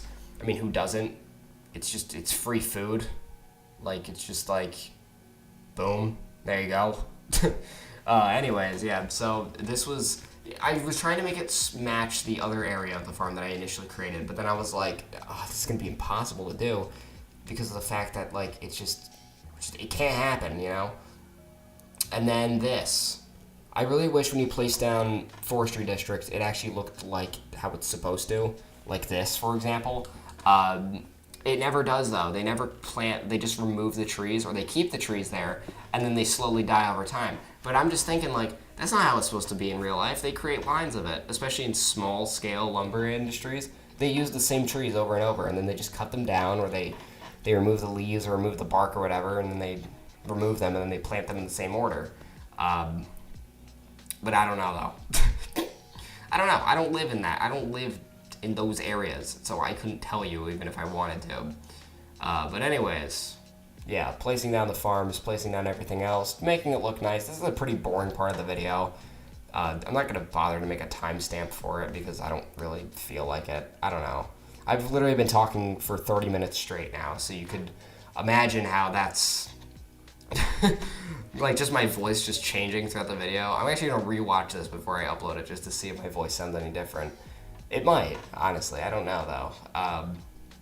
But anyways, yeah. So this is the whole thing. This is just how it is. This is how it's always going to be. This farm. I don't even know if I'm going to keep it, honestly. It depends. It depends, This isn't a build where it's like, my goal is to make money and keep my town prosperous. No, it's a town that's been here for hundreds of years. I'm just rebuilding it, Like, I want to make it look like this town has existed for hundreds of years, That's why the dirt roads are all squiggly and they follow contour lines, because that's how they did in the medieval era. And, that's kind of still how they do it now, but it's like, you guys know what I'm saying, right? I hope I don't sound crazy. I really hope not. I really hope I'm not, like, all my crazy ideas. I have so many ideas in my head and I don't know how to implement them correctly. But yeah. So this is all just what's going down. This is all just how it's happening, just how it's working. I love it. Love to see it, love to hear it, love to feel it, and it's great. Freaking love all this. I love building all these buildings. I love making sure that they look all nice and prim and proper. And yeah, this is like just the entirety of the build. It's just me going around and just placing down all the trees, making it look all pretty and stuff. The only thing I wanted to showcase was the fact that there was a high school. I don't even know how I'm going to title this video. It's like, I was thinking something like, Highway, or it's like, Oxbow needs education, so I give it to them, or something like, I don't know. I really don't know. Like, this, because I did like 3 things in the video, so I don't know how I'm supposed to title this. It's like, food, fuel, and education. Ooh, that's actually a good one. Never mind, figured out my title, I think. I don't know. I feel like if I said that like in real life, like as a conversation with people, like they'd give me a side eye. I don't know. I'm used to people looking at me weird, but I guess it's just what you get when you play City Skylines 2. Like when I talk about saying like, oh, what types of video games do you play? I always lie and say, yeah, I play Battlefield. No, I play City Skylines 2 and I upload them on YouTube as speed builds. What the hell is a speed build? I don't know, man. It's just something I picked up online a couple years ago, and I just roll with it. like nobody understands like this game as much as they should, and it's surprising. Like I would have thought that people would have like known about this game. A lot of people don't know what City Skylines is, surprisingly enough, despite how big of a community it is. It's just like whenever I look at it, I'm just like, oh, people don't know. And then there we go. I fixed my surplus, or my deficit for everything, so now it looks okay. But then the next issue that I saw was the fact that there was unemployment, and it was a problem. It was an issue. I didn't like it. So after I did this failed attempt at creating mulch on the riverbed because I realized that looked freaking ugly, I then went ahead and was like, you know what? I should place buildings somewhere, And originally I was going to place them over here, right? And again, I even smoothed out the land. I made it look all nice and flat because originally I was going to place down buildings there. But then I was like, no, Oxbow's done expanding. So then I removed the road. And then I just didn't know what to do. Like, I just kept moving. I just kept panning my camera around. I mean, what time was it anyways? I don't even know. But then I decided to settle on the fact that, you know what? There's too many farms in this area. There's too many. So I decided to get rid of them. Once I figured out which tree I was using for this build. Yeah, it was weird. But anyways, yeah. So I removed a lot of the trees in this area. All of the trees in this area. And then I placed down some paved roads. And then I upgraded it. And then I made it look nice because this was going to be a tiny township. It was just going to be a place that either people work at the dairy house or they work on the farms. I wouldn't expect this to be a rich area because it's just people trying to get by, but it's right outside of town. I mean, you guys all know the sleepy towns. Like, this is sort of what I was going for. Again, given the limitations of City Skylines 2, I couldn't do a lot, but I tried to make it look convincing, I guess. Looking back at all this, it looks nice. It looks good. It doesn't look bad at all. So, it looks good. It looks nice. So yeah. Yeah, I just went around, placed down all the buildings, placed down all the little areas and stuff, and it was just overall just a fun little place, And also because I also needed a lot of students for like this general area. Like for Sonder County, because I built that high school and there's only 120 kids in there and it can house over 500, so I need a way to build houses and then get people to live there. And I know a lot of you guys in the comments are going to say, like, just build apartments, just build skyscrapers. Except the funny thing is about that is that I can't, because this is supposed to be small town America, so I have to build a bunch of single family homes. And I've already taken up a good, like, quarter of this entire map. So, I need to start getting a little bit efficient. I mean, maybe I could destroy that prison that I built a little while ago, because I don't think that's an issue anymore. Like, it's really weird. I don't know why I forgot. Oh, it was because of the crime. And then I posted a thing on Reddit about it, and then nobody answered me. Well, one guy did, and he was like, I think it's just a bug and the prisons don't work, just like the post-sorting facility. Which kind of sucks, because they're really pretty buildings. It's always the pretty buildings in this game that just don't work. Besides the nuclear power plant, but that's coming soon, don't worry. You guys are about to see what real Cold War American towns look like in 3 episodes. Don't worry. 10,000 population. The 10,000 population special is going to be something really nice. Don't you guys worry. But right now, we got to build small. We got to think small and we got to think logically. How would small town America look? How would a sleepy town look? Well, I'm thinking old styles, right? Grid system. You can see how there's a lot of curves and stuff because it's still sort of following it, but then they realized that there were flat paths. I want to say that this is like a failed town. Like it works, people live there, but it's just like, originally people wanted to plan this out to be like some big old city, and then, just didn't end up being a big city, so then they were like, alright, whatever. And then they just abandoned it. And then a lot of these power lines, I didn't realize that they were messing up the grid system, and I was getting frustrated, like, why aren't my buildings building? And then I saw that, and I was like, alright, well, I guess we'll continue with just removing the power lines. I don't even know if we're going to continue placing down the power lines. I like them, though. They're nice, but it's just so much effort, But yeah, these buildings were just placed down just as sort of a placeholder, just to make it, make it pop, make it look good, add in some diversity between the farms and urban living. And it's just right outside of Oxbow, so it looks nice, And yeah, that's basically it. I mean, that's basically what I did for this build. I don't know what else I did in this general area. I did edit a couple of the intersections to make it look nice, to sort of because I realized that people were walking through there. So I edited a couple of the intersections just to make them look a little nicer, to make it look like, if I walked across the road, I wouldn't get hit by a car, So, I mean, do I think that it worked? No. I don't think so. I mean, the citizens in this game still get clipped by cars. You know, they still clip through vehicles. So it's like, you know, it's whatever. And you can see how messy all this looked. All this stuff looked so messy and weird and gross, and I tried to fix it, and then the surface tool overlapped over the farm tool, and nah. It's okay. It's just more things that I'm going to do when I live stream before Thanksgiving break. I know I haven't been live streaming also. That's another issue I've been having. Again, it's all just scheduling stuff. I'll figure it out. Don't worry. But, like, I'll get it. I'll get it. It's just, you know, it's just a lot. So yeah. This was basically the end of the second part of the video, and now we go on to number 2.5. Dear God, I'm so sorry for how long this video... Oh my gosh, it is 50 minutes long? Oh, jeez. I am so sorry for your inconvenience, but I just need to do one more thing. It was one more thing, and it was this. It was this road. Look at this highway. It looks... Like, you know what the foghorn sound effect for SpongeBob is? Like, that's what I heard when I looked at this. I was like, oh my God, why did I do that? While I was listening, while I was, you know, building this and remodeling this to make it look like... It wasn't just placed by somebody who was off 5 pounds of weed. You know, I was listening to some Skeeter Gene. If you guys don't know who Skeeter Gene is, he's a pretty funny guy.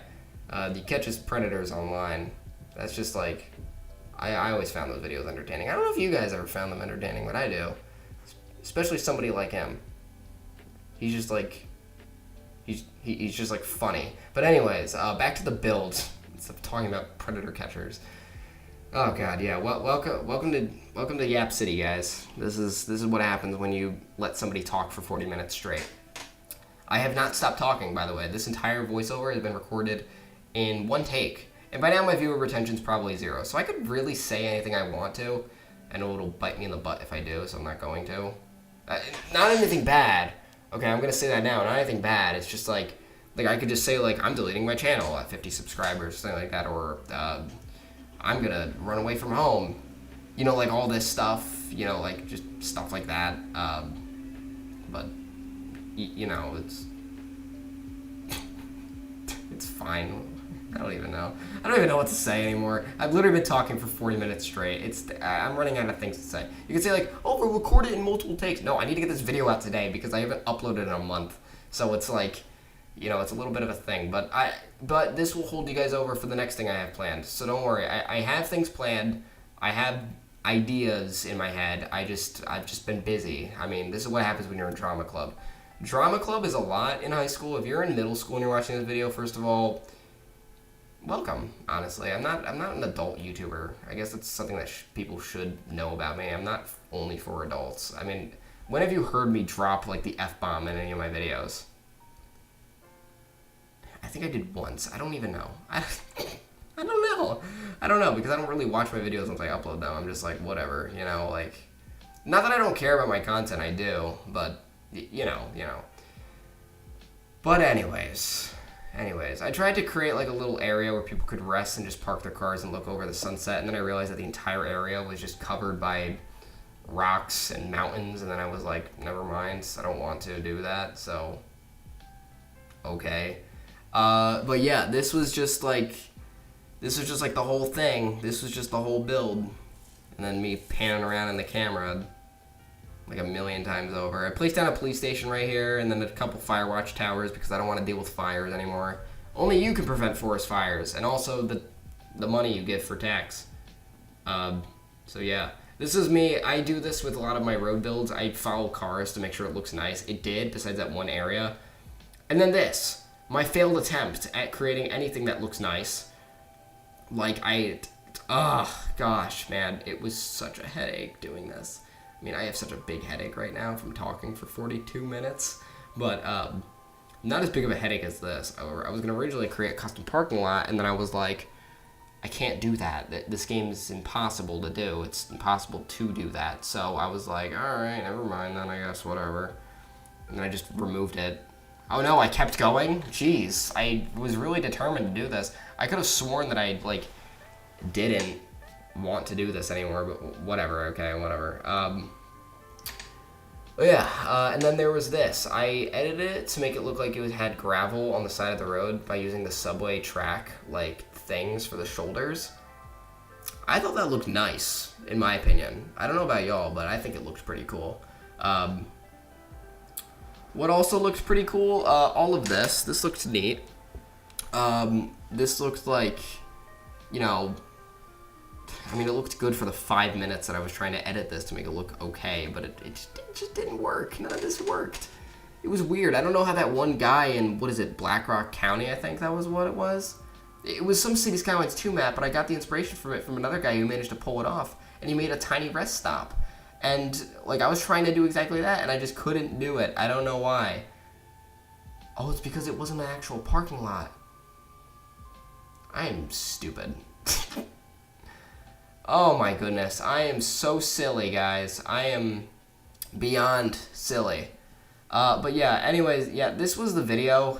I'm sorry if my entire voiceover, like, I really feel like I'm about to puke right now. I'm sorry, but it's just like, I had to record all this in one take. Because these are just thoughts that have been running through my mind for the past 3 weeks because I haven't posted in 3 weeks. Do not expect me to post any more frequently after this video, though. If anything, I might post even less, but I'll try to get videos out to y'all in a reasonable time frame. So yeah, anyways, guys, I really hope you guys did enjoy this video. If you did, leave a like, subscribe, comment down below. Don't worry, the production value for my future videos will get better. It'll just not, it'll just be a while before that happens. Christmas break, I swear, guys, it'll happen. Christmas break, things will get better again. But yeah, anyways, thanks for watching, everybody. Peace out. I love all y'all. Stay frosty, stay curious. Stay in school, by the way, please. I know things are stressful for me in school, but don't let this deter you and say, well, this guy makes YouTube videos. I don't do this for a living, guys. I do it because I like it. Because I like making people laugh. I hope I made y'all laugh. But yeah, anyways, guys, my name was Brett. This was City Skylines 2. This was Sonder County, and I hope to see y'all in the next video. I love all you guys. Do great things in life, because I know all of you guys will. And peace out, Have a good one. I'll see y'all after homecoming on Saturday. That's going to be a trip. Hey everybody, welcome back to City Skylines 2. Even more specifically, Sonder County, and even more specifically, not the town of Oxbow, but the town of Belford. The name is still pending, but unbeknown, last episode I created this town, and it was pretty mediocre, to say the least. The town of Belford is basically just a small little township that I originally created to be sort of living off the farmland. But then I realized that why would I create another new town when I already have one built, and it's the township of Belford? So I decided that I was going to re-demolish the entire town and just start over, as you can see right here. I wanted to replan the entire road network, and this is one of the things that I really, really loved doing in this episode, was replanning an entire town. It just gives me that sense of nostalgia when I first started the series 5 episodes ago, but, it's still nostalgia. Nostalgia comes in many forms, I'd say, and that is just one of them. But anyways, I wanted the town of Belford to be sort of similar to the town of Oxbow, whether they were created at the same time or the town of Belford got inspiration from Oxbow. Either way, it's still, it's whatever. But anyways, yeah, so I created this really, really long strip of road. Originally, I didn't even know what I was doing here. I just needed to create an intersection that would not lead into the town through a 4-way intersection, because that's kind of how accidents happen. And yeah, this entire episode was me doing a lot of things. I would say that this episode was more fixing instead of actually adding on, besides this part of the episode, which is definitely, I added in, thousands of people. I mean, by the end of the episode, I'm pretty sure I had around 5,000 people living in Sonder County alone, and that number is massive to me. And you know what else is massive? And I'm going to go off on a little bit of a tangent here. The views that I got on my last video, 1,000 to be precise. That is the largest number that I've ever gotten on any video that I've ever created here on YouTube in years, and that is really saying something. So I just want to say thank you for the support, and also thank you to my newfound audience. If you have recently subscribed, welcome to the nerdy world of YapCity, where I do nothing but talk, and more talking. I can't stop talking about everything. It's the ADHD brain in me. I just cannot stop. And I guess some people find the charm in it, so hey, welcome. But anyways, I wanted to create a bunch of different intersections for the town of Belford because I sort of just needed like minimize traffic issues, right? Create a lot of accessibility into the towns because after all, these are old style American towns. So I'd expect that at some point, this was originally joined together by a bunch of dirt roads because they planned on building houses somewhere or whatever, but that just never came to fruition as the middle of the town was so prosperous. I know nothing about old style towns, but all that I do know is that they have so many connections, lots of ways to get into town. And I really want to encapsulate that, especially in American towns. There are a million ways. You know the saying, all roads lead to Rome? Yeah, that's exactly what I was trying to do here. And I'd say that it worked out pretty well. I mean, traffic seemed to handle all the new intersections perfectly fine. The only problem was creating some type of main street. I didn't know exactly where to put it, but I figured that anywhere that I put parking spaces in, and when I meant parking spaces, it was gonna be what is it, like those little strips, you can see it right there, where I added in like white parking marks, like right here. I think I just had it right there.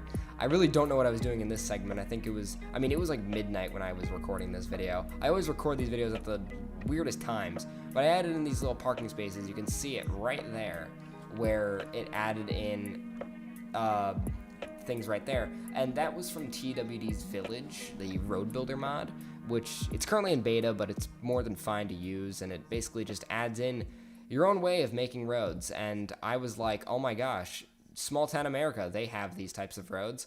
And yeah, that was literally what I did. I just added that in. And I also wanted another large scale gas station, but it wasn't going to be one like E-Coil, that gas station that I mentioned in the first episode that was supposed to roll over all the other ones. Yeah, no, I didn't really want to do that. I figured that would be sort of a waste, because it's like, why would E-Coil be the only gas station in the entire county, right? That's when I found the next competitor. I forgot their name because I haven't bothered to check, so I guess during this speed time, this little speed build that I'm doing for y'all, I guess, it'll fix itself. I'll figure out the name as I watch this. But I wanted to make this gas station like as if it's existed for decades, and it's just really old, really run down. It's like, it has decades of just teenagers being idiots with the skid marks everywhere. You can see the loop-de-loops right there, like all the takeovers people have done there, all of it, right? And it's just a small town gas station that you're supposed to pick up your local bacon, egg, and cheese before you go over to the office for your 9 to 5, the whole shebang, right? And then of course when you go and get your coffee here at the gas station, you then see a 16-year-old in a clapped out Honda Civic doing donuts right in front of your car that is currently plugged into a gas pump, and it causes a giant fire and whatever. Yeah, I thought way too much about how exactly like scenarios about this gas station would go, because it's just, gas stations have so many stories. People just think, it's just a place to get gas, and while that's true, they hold so many stories. Like, if you went over to the locals in the town of Belford and you asked them, what's the craziest thing you've seen at this gas station? They'd say, oh boy, get ready, sit down. I have cop cars over here inspecting, the graffiti that I placed down there. It's a whole thing. Like, this gas station it's either causing a bunch of problems or it is the problem, and a lot of the people in this town, I'd like to say, agree that this gas station is problematic, and it's just a place where you have to get gas quickly and you have to go. It's run down, it's old, and it's like, you gotta get out of there. The car wash on the right side of the gas station doesn't even work anymore, like it just doesn't. So it's like, even if you wanted to wash your car, you want to do anything else, you can't. You only have to use the gas station. I tried to add in a couple of posters on the windows, but I realized all of them were too big. I'm sure I could go into the resize tool and go and get that, but I was like, I don't know. I didn't really feel like it, I guess. I was like, I wasn't really feeling it, but I did add in a couple of other things, like this little gas tanker truck right here that was presumably loading up on the gas, and I spent way too much time detailing that area. But I guess that's just what happens when you let me design my own city. I get carried away with the fine details, while I haven't placed a single home, or nor have I increased the population since this episode began, even though I told y'all that I would. And this is the part where I did actually start to increase the population, and it happened literally right here. So I wanted to create some sort of small town suburban America, and I did that in the town of Oxbow, but I don't think that I really encapsulated it well enough. It should be only row homes, no apartment buildings at all, unlike in Oxbow where I had full-sized apartment buildings. Small shops, mom and pop shops, or like very tiny retail stores, places like that, like GameStop. Think of GameStop, right? Like, you don't expect it to be some Walmart type super mega store, right? No, you don't expect that. You think of it as just a small store that you'd see on your drive into a strip mall or something like that. It's never by itself, and I sort of wanted to show that, that like there are way more stores than you think of here in America that are like that. And it's not always just Walmart, it's not always just giant supermarkets and malls, okay? I know everything's bigger in America, but trust me, things are always smaller in America too, okay? Especially when you go into the 13 colonies, which is like New York, Pennsylvania, Virginia, those places, old states, right? You see lots of old shops, and it is insane, and I love it. I love every second of it. It is the highlight of my entire life. Just being on the school bus, just seeing all the small shops, it really is fantastic. And even more so, living in the suburbs. I live in the suburbs, and I'm sure some people are out there saying, well, I love my apartment building in the city and stuff. And it's like, okay, yeah, no, I totally get you for that, right? I'm not gonna judge you, but there's something about the suburbs, man. Like, just making this area in general was so just nostalgic for me. I grew up in a place like this. I don't live there anymore, but oh my gosh, when I lived there, it was just fantastic. Nice people, good neighbors. The only sound that you wake up to in the morning is just the sound of somebody mowing their lawn and being completely inconsiderate of everybody else around them. But there was just some sort of joy from it, some sort of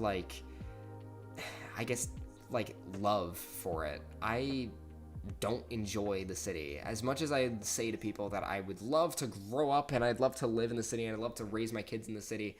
If I could live in a house, I would. Naturally enough, right? And this place, the town of Belfort, I really, really wanted to show that, especially this area right here, near the riverfront. It's nice, it's beautiful, it's pretty, it's pristine, and it's just hillside residencies that are either super old or super new, and there's like no in between.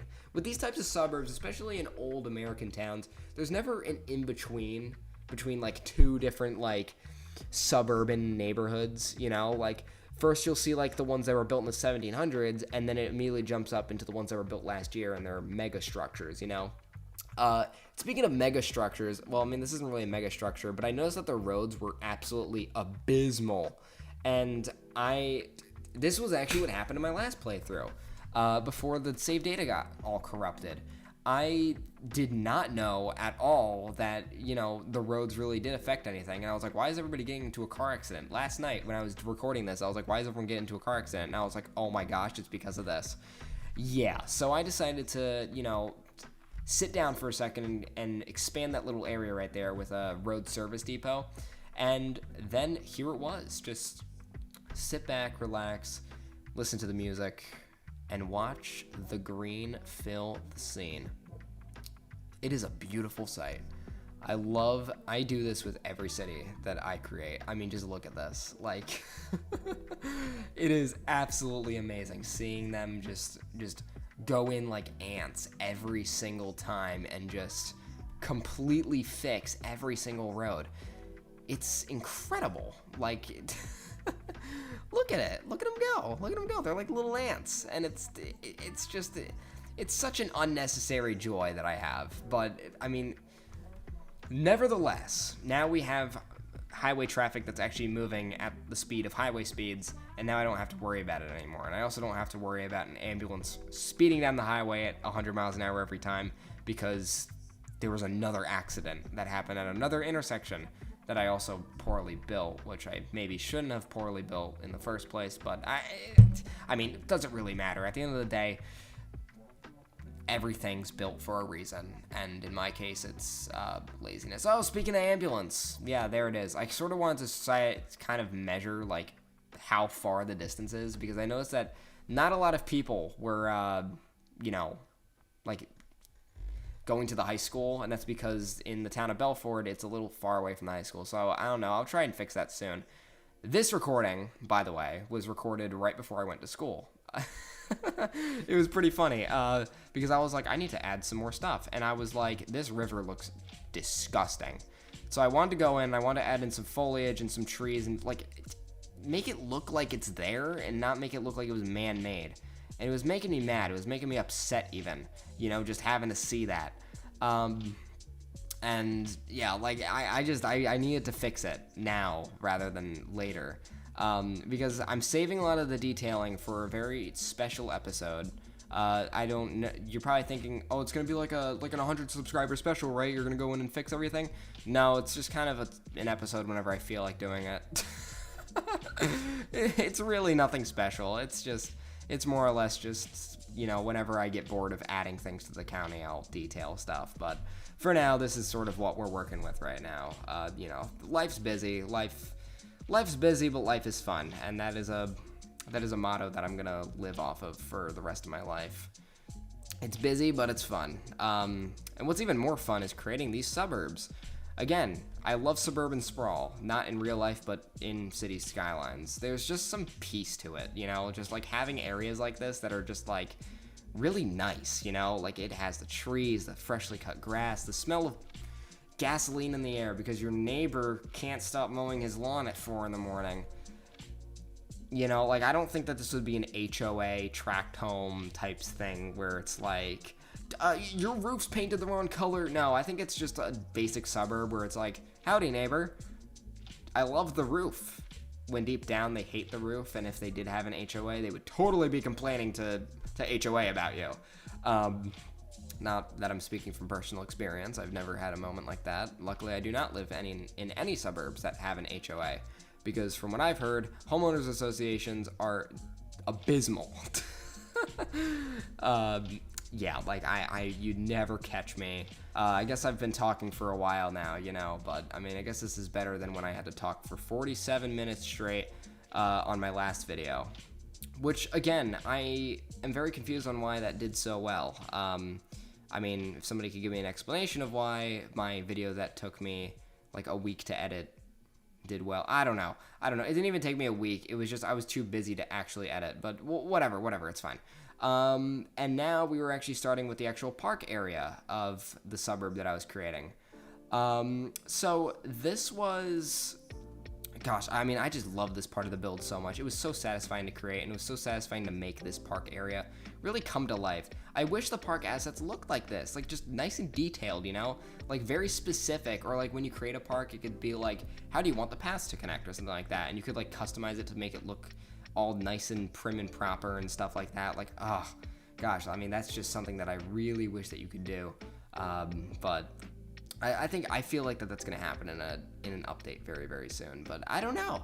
I never know. You never know about anything. Nothing's ever certain in life, and nothing is ever guaranteed in life, except for death. I don't know. I feel like I'm being a little bit of a pessimist right now. Sorry. I'm not gonna be as much of a pessimist now. But anyways, we're gonna go into the optimistic side here. This suburb looked freaking incredible. I mean, just look at it. Could you imagine living here? Probably not. I probably couldn't. But I think that it just looks old-timey, It just looks like it was either built during the Cold War era. Like, I have a question actually that y'all can answer. What sucks about this county? What do you want to see changed? And if you have gotten this far into the video, first of all, congratulations for listening to me for 19 minutes straight. I'm really glad that you decided to sit here and do that with me. And also, if you have gotten this far of me yapping, then leave down a comment below. What do you want to see changed? What do you want to see fixed? What do you just want to see from Sonder County? Because by far, I think that there's a lot that I could add, but I want to hear from you guys first. And a big thing that I actually thought of that I feel like my community was probably going to say eventually was like, your county needs jobs. And that was the main reason why I wanted to create this video, was to fix the job and unemployment issue. The biggest thing that I wanted to create first was homes for people to work, because I'm sure that there was going to be a surplus of jobs after the fact. And that was sort of the issue. I had too many jobs, and I didn't have a way to actually funnel them into things. So I had unemployment and employment at the same time. I had unemployment in industrial buildings, and yet I had employment in office and commercial buildings. So what did that tell me? Well, that told me that I needed to change some things.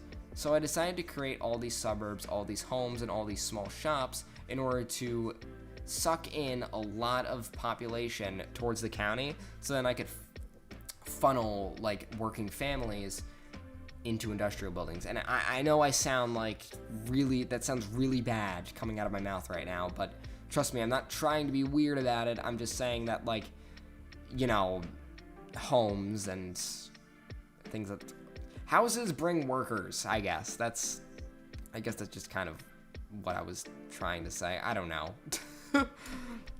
I really don't know, guys. I mean, it's 10 o'clock at night right now, so it's, you know, I've been going at it for a while here.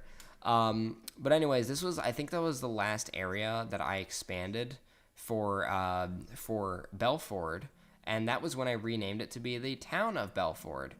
And you can see I just filled it in with homes, and I just filled it in with just areas, because I knew that, you know, like, that's something that I would need. Because immediately I then went over and I was like, you know, I was checking everything. I checked the roads and whatever. And then I started thinking about the employment. This was actually when I got the video idea, because originally I was just building just to build. And then I was like, what if I built something pretty cool? So I decided to make this. This was a crude oil processing plant, or a fuel plant, I'm pretty sure is what it's called in the game. I wanted to create an area for it, and it was going to be off of Ecoil, which is that gas company that I talked to you about. And I wanted to make it right off of the farms. One, because it kind of looks like a granary silo, and two, because it can function as a separate building. So I removed all the smokestacks to make it look like some type of farm building, and yet I still renamed it Ecoil fuel production plant. But, you know, it's whatever, it's fine. And then I wanted to create a custom parking lot. I hope that in the near future, the City Skylines devs, or like Colossal Order and, you know, all those people, I really hope that they add in making custom parking lots way easier, because so far this has all have to been done with mods, and it was so bad. Making this parking lot was such a headache, and it took about 10 minutes IRL for me to do it. And which, that might not seem like a lot of time, right, to make something like this, but it was a real big headache, man. I got the inspiration from a City Planner Plays video where he created a sort of regional hospital, if you will, and I looked at it and I was like, I can do that. I can make those custom parking lots, and I did at the end of the day. But man, how did he do it? Do you guys know at all about how he did that? Because I was watching his video while doing this, and I was flipping through it. I was taking notes. I had a notebook out, and, you know, I was ready. I was about to go on Reddit and ask people this, and that's how you know I was getting desperate. This took me forever to do, and I was looking at his video, and he cut out the part where he actually did that. So hey, City Planner Plays, if you see this video, can you please tell me how you did that? How you made this parking lot, because I am at a loss for words, man. This was definitely a lot. This is definitely a lot of effort, but I think that at the end of the day, I think it was definitely well worth it, because the parking lot just fits into the site really, really well. Overall, it just adds in that layer of depth and that layer of, you know, there's 200 people that can work at that fuel plant. So you'd expect there to be parking lots. You'd expect there for employees that work there to be able to get there, right? You know, and I wanted like that to happen. I wanted cars to not have to park on that dingy little parking lot that's inside of the fuel plant, you know, because I don't think that it really encapsulates the true size of these areas. You know, they are massive, they are big, they are not something to be played around with, you know? So it's overall just about like when you make buildings like this, you really do want to make sure that you do create parking lots. And I feel like that this is an excellent place to wrap up this video. I know it seems a little bit rushed, and I was kind of saying a million words a minute, and I was probably confusing you guys, but at the end of the day, this video, we did a lot. We added in tons of new population, brand new suburbs. I taught you guys how to actually make a suburb, because it's not really that difficult. You just need to know how to actually place down buildings. And then we finished off the video with the best project ever, which was making a nice fuel plant. And yeah, I appreciate that you guys decided to stick around with me to actually watch this video. And I really appreciate the support on my last video. I'm going to really try to top the quality from now on. I've just been really busy, and I'm really excited to get this video out. So you can tell that I've been just saying everything that's on my mind, everything all at once, just to sort of, you know, get you guys engaged here. But yeah, this was Sonder County. This was episode 5. I'm really glad that you guys decided to join me today. And if you did, leave a like, subscribe, and comment down below what you want to see next. City Skylines related. I don't really play any other video games besides this. Until the next time, everybody, my name was Brett. This was Sonder County. I love all of you guys. You guys are going to do great things in life. And peace out. Stay frosty. Stay curious. And as always, I will catch y'all on the flip side. Hello everybody, my name is Brett, and welcome back to Sonder County, even more specifically, the town of Oxbow. I've decided to do a nice little loop-de-loop and send myself back to Oxbow to create something that I've wanted to create for a while, but couldn't until the French Regents Pack released. I know I'm a bit late to the party, and I'm also darn near not the first YouTuber to make an apartment complex using the French Regents Pack, but I just needed to get my knees deep into what exactly this pack had to offer, and I feel like that this was a really nice way to do it.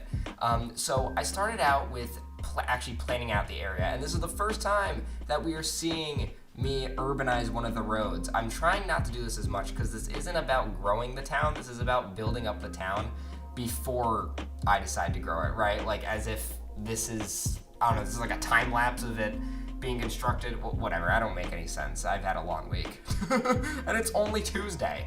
But anyways, yeah, so I've decided to urbanize this area because I was going to add an apartment complex right outside the town of Oxbow, which would increase our population and also help us reach our nice goal of reaching a 10,000 population milestone that I am super duper excited to get to. Unfortunately, in this episode, I didn't. So spoiler alert, I didn't, but that's fine, it's okay. So I wanted to make something simple, a nice simple grid with a bit of like just uniqueness, right? So I started out with, originally I was going to create just a square, but I was like, no, that looks stupid and it looks ugly. So I made the road look like this. I mean, doesn't that look insane? A nice, what would you even call that? I think that's like a trapezoid or something like that. I don't know. I don't know. I haven't taken geometry in like 2 years, so, you know. But anyways, I tried to flatten out the terrain, make everything look pretty, and overall, I'm going to go ahead and say this build looked absolutely amazing when I was done. Did I fill out this entire grid? No, because I couldn't really. I didn't want to have a giant, massive apartment complex, especially in a town that really isn't that big, but I needed an excuse to prime it for development, basically meaning that, like, I wanted to have the infrastructure and the population so then I can build my next huge project right after this. And I know, right, it's been 3 weeks since I've last uploaded, okay? I apologize for that. I'm in drama club and it takes forever for me to do things. So I've been like super duper busy. But after this week, I'm gonna be nothing but free. So you're gonna see a lot more uploads, you're gonna see a lot more creativity, you're gonna see a lot more passion projects being announced. You know, just things of the like, you know? Like, I really do genuinely love this channel. I love how far it's come so far. And I'm glad that you guys are all here to watch me, you know, construct all of these silly little buildings when you could be watching anybody else, but you decide to watch me instead. And I'm really happy about that. You know, I'm really glad that you guys decided to stick around a little bit. That road that I placed right there, I feel like I could have done without the parking spaces. I feel like it's a little weird for me to put that there, especially right next to an intersection. But I never changed it. I'm only just now realizing that. But anyways, I guess I deleted this grid. I wanted to make it look more perfect than not. I mean, it's not perfect by any means, but I guess beggars can't be choosers. I have actually no idea what I was doing here. I think originally I was going to build, like, a grid pattern like that. But then I was like, no, this is not, I'm not working off of a budget. I'm working off of my own creative freedom. I don't deserve to build grids. I do not think that this city needs grids. Well, I mean, it's not even a city, though, is it? Like, I have considered this place to be a town, Like, I don't, okay, good, I did remove it, thank goodness.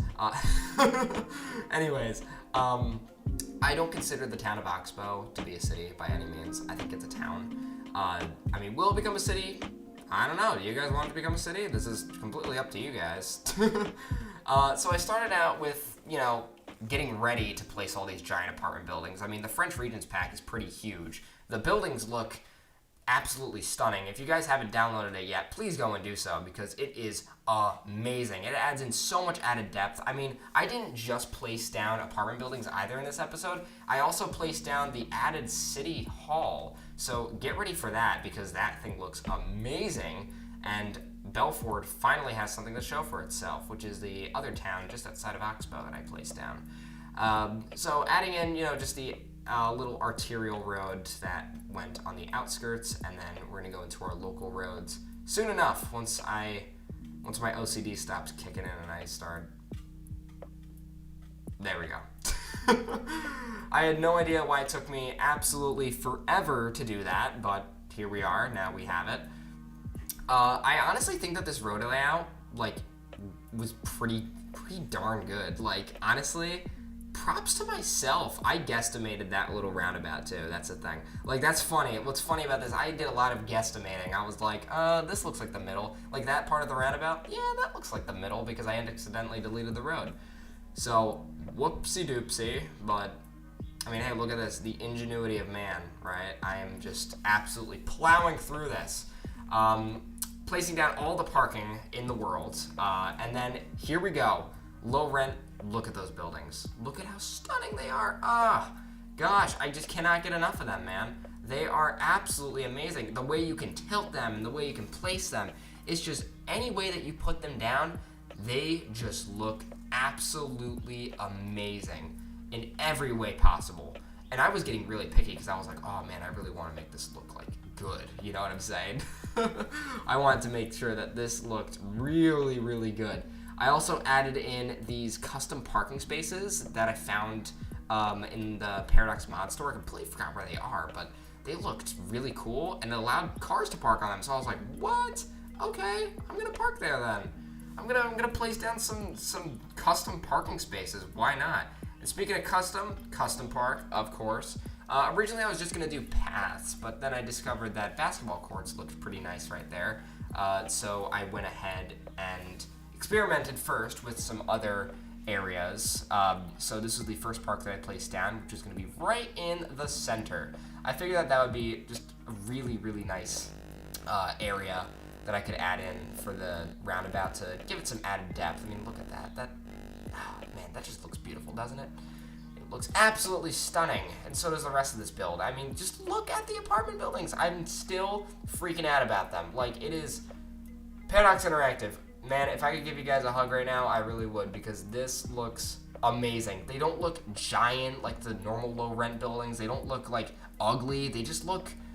They look like they were built as just a nice, comfy little community that people could live in. Maybe even a college campus. I wouldn't be surprised. Hey guys, don't be surprised if the recolor mod updates and I can color these buildings. You're gonna see a college campus or two with these buildings in them, without a doubt. I mean, and then I placed down the French row homes. And then once they built, I'm pretty sure I deleted them right after because I was like, oh, never mind. They don't look too good. But they don't look good in terms of the fact that they don't match the aesthetic that I was going for. And you see, they look very European. That's the thing about the low-rent buildings. They're versatile. I mean, the low-rent buildings as a whole were very versatile, but these were just even more so. They were just really, really good. And then I added in a couple of extra parks. Again, I didn't want this place to look depressing, I wanted to look like it was a place that was supposed to build a sense of community. I made the road layout not really super duper car dependent. Tons of paths. I wanted pedestrians to be able to go anywhere, anytime, in any way that they'd like, right? Like, I don't want I want inclusivity, right? I want inclusivity in this town, in this section of the town. And I want everybody to be able to, still get the sense of freedom and not feel like they're living in a dystopian urban environment, you know what I'm saying? Like, I just don't think that that's, like, good. Like, even this parking lot that I added, I'm going to spoil it for you guys. I deleted it afterwards because I was like, there's too many parking spaces. I could put a park there instead, but even for every car park that I put in, I still put in, like, 5 miles of pedestrian paths because I wanted everybody to be able to walk anywhere in any way that they want. I don't want people to have to walk on the sidewalk. If anything, I think that sidewalks are very dangerous. So it's like, especially in apartment complexes, have you ever noticed that? People just speed through apartment complexes. I used to live in one down in Wappingers. Most people probably don't know what that is, but it's in New York. And, oh man, people just flew down that place. Like, it was horrible. Like, you'd see people going like 50 miles an hour down it. So, like, I didn't want that. I guess it's my negative experience. And also, guys, I know this video is a little bit short, but that's just because, again, I've been busy. But I did want to get this video out to you guys to show you guys that, hey, you can do this. Look at this. Look at all this. Isn't it amazing? Isn't it fantastic? Doesn't it want to make you, like, scream, like, and be all nice and happy? Yeah, it looks stunning. And then I added in some commercial areas, just outside, along with some offices, more commercial, and overall, like, it just looks stunning. It looks great. I think that this is not one of the best builds that I've done, but definitely one of the better ones. And then once we went in with the detailing, oh man, chef's kiss, really, honestly. Like, it just looks great. I couldn't ask for a better update, really. Like, and that really makes me wonder, what is the East and West Coast USA packs gonna look like? Because I'm sure that they are gonna look absolutely amazing. I mean, the pack now just looks fantastic, but imagine what it's gonna look like when we reach into the year 2025, because I'm pretty sure that's when people speculated that the United States Regions pack will come out. I decided to detail this little area up. Look at it. Look at it. Isn't it amazing? Isn't it fantastic? Putting in some more trees, added depth, create a sense of green space, of course, as any planner should, because, I mean, does it get better than this? No, I don't think it does. I think it looks absolutely incredible. I even added in some more apartment buildings over here. I'm pretty sure I first started out with, low density residential, and then I morphed it into some, like, smaller apartment buildings. I don't know if I did that in this video. I may not have. It may have been a separate recording, but in which case it wasn't too super duper significant because I still did the same detailing that I did here.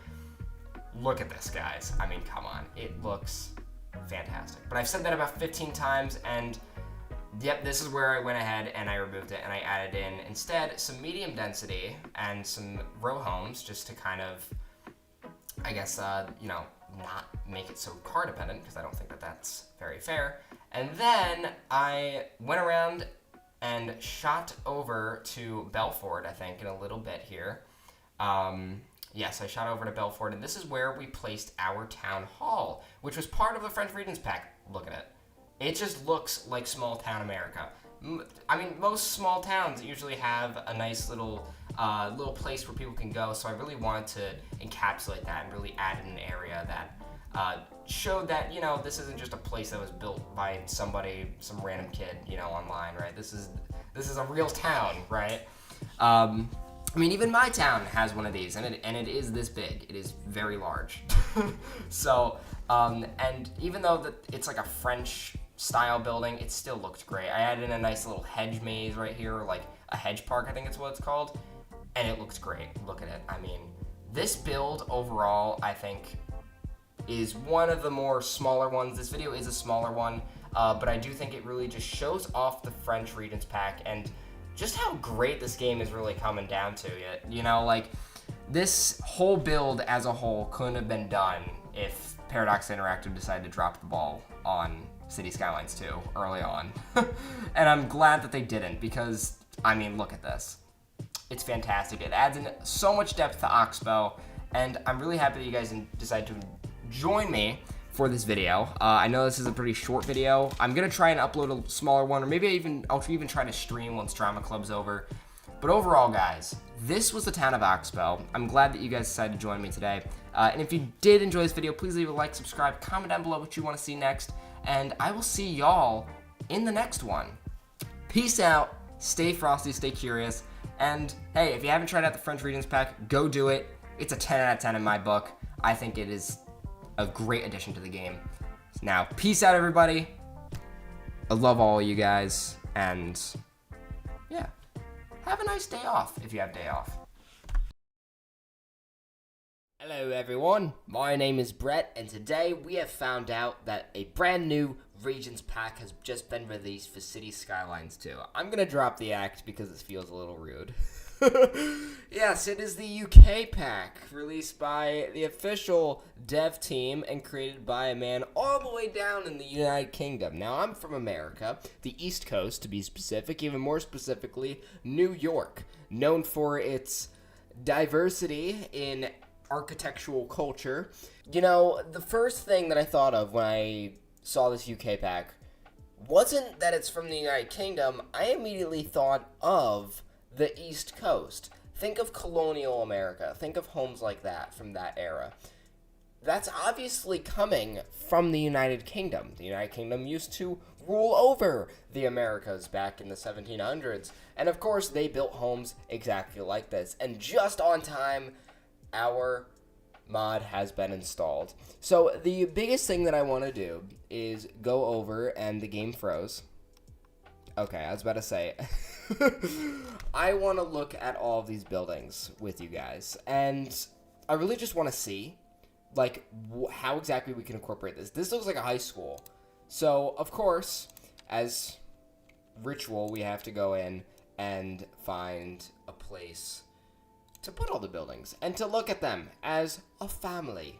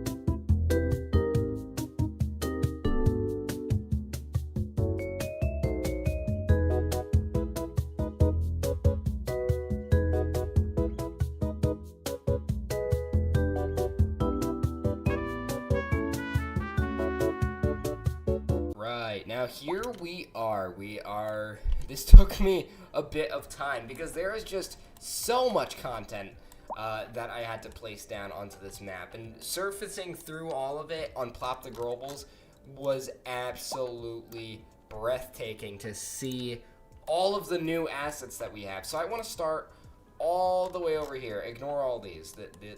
This stuff isn't important. Actually, you know, matter of fact, I'm just gonna.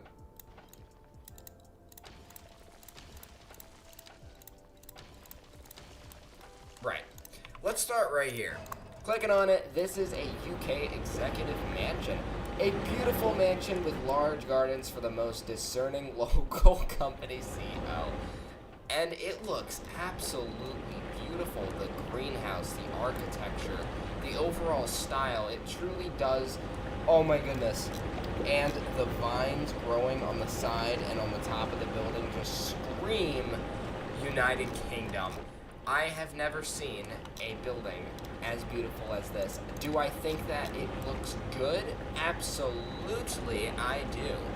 I think that this just honestly looks like just all the details, like somebody's clearly spent a lot of time, like even the little pipes on the side, it looks absolutely great. And what even looks also great as well are all of these low rent housing. I'm pretty sure they are, last I checked, let's see. No, this is actually medium density. So these buildings have style to them. They don't look, like if we compare this to the North American themed ones, right? Let's go here and then just medium density housing. When we spawn that in, look at this compared to this. It just looks so much more lively, so much more like, I don't even know what the words are, but like it goes from these tiny little medium density homes to these big, huge apartment complexes, and it just adds this neat area of detail that not a lot of buildings in the game prior had. The French Regions packs were good close up, but those were only low density buildings. And then what I absolutely thought was the best part about all of this, without a doubt, was the mixed use buildings. Look at this. I mean, you can't make this up. This looks like something that is on my main street in my town. And that just gives me the inspiration to really build with this and really like get into it. Like this one, come on, this one looks like it could belong in America. That's the glory of this pack, is that a lot of the buildings in this game just absolutely could belong in any sort of city, town, or province that you're building. Like, it just looks great. And then I'm pretty sure that this is still medium density. I am very surprised. No, it is not. I'm pretty sure that this is semi-detached homes, because I remember I started off with the low density first. So this is low density, and then we have our medium density. So low density, right here, of course, some nice suburban detached homes. This one, absolutely, if you remove one of the chimneys, or both of them, this could totally look like an American suburban home, like without a doubt. This one, of course, huge backyard. I actually did not know that they had houses like this in the United Kingdom, and it looks great, and it looks beautiful. And then we have this one right here, a nice cozy little garage, a nice cozy little house. I love it. It looks beautiful. It looks great.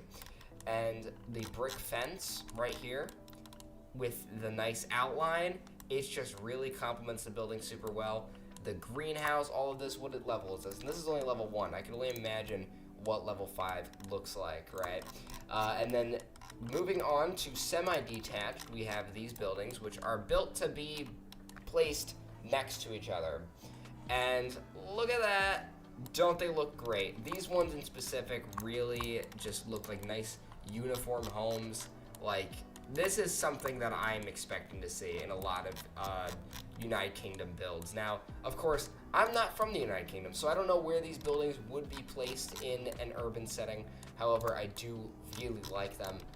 This nice little slope right here, just really, oh my goodness, like, look at that. Look at it. Ah, my goodness. And it's a split home, too. I didn't even notice that beforehand. Yeah, these are split homes. Yeah, look at that. One goes here, one goes there. So these kind of look like a little bit of a town home right here. This kind of reminds me of a house that I used to live in, except it didn't have the balcony in it. I used to live in a townhome. I mean, I still do now, but this was one of them, and it was a nice, big, white house, and it looked great.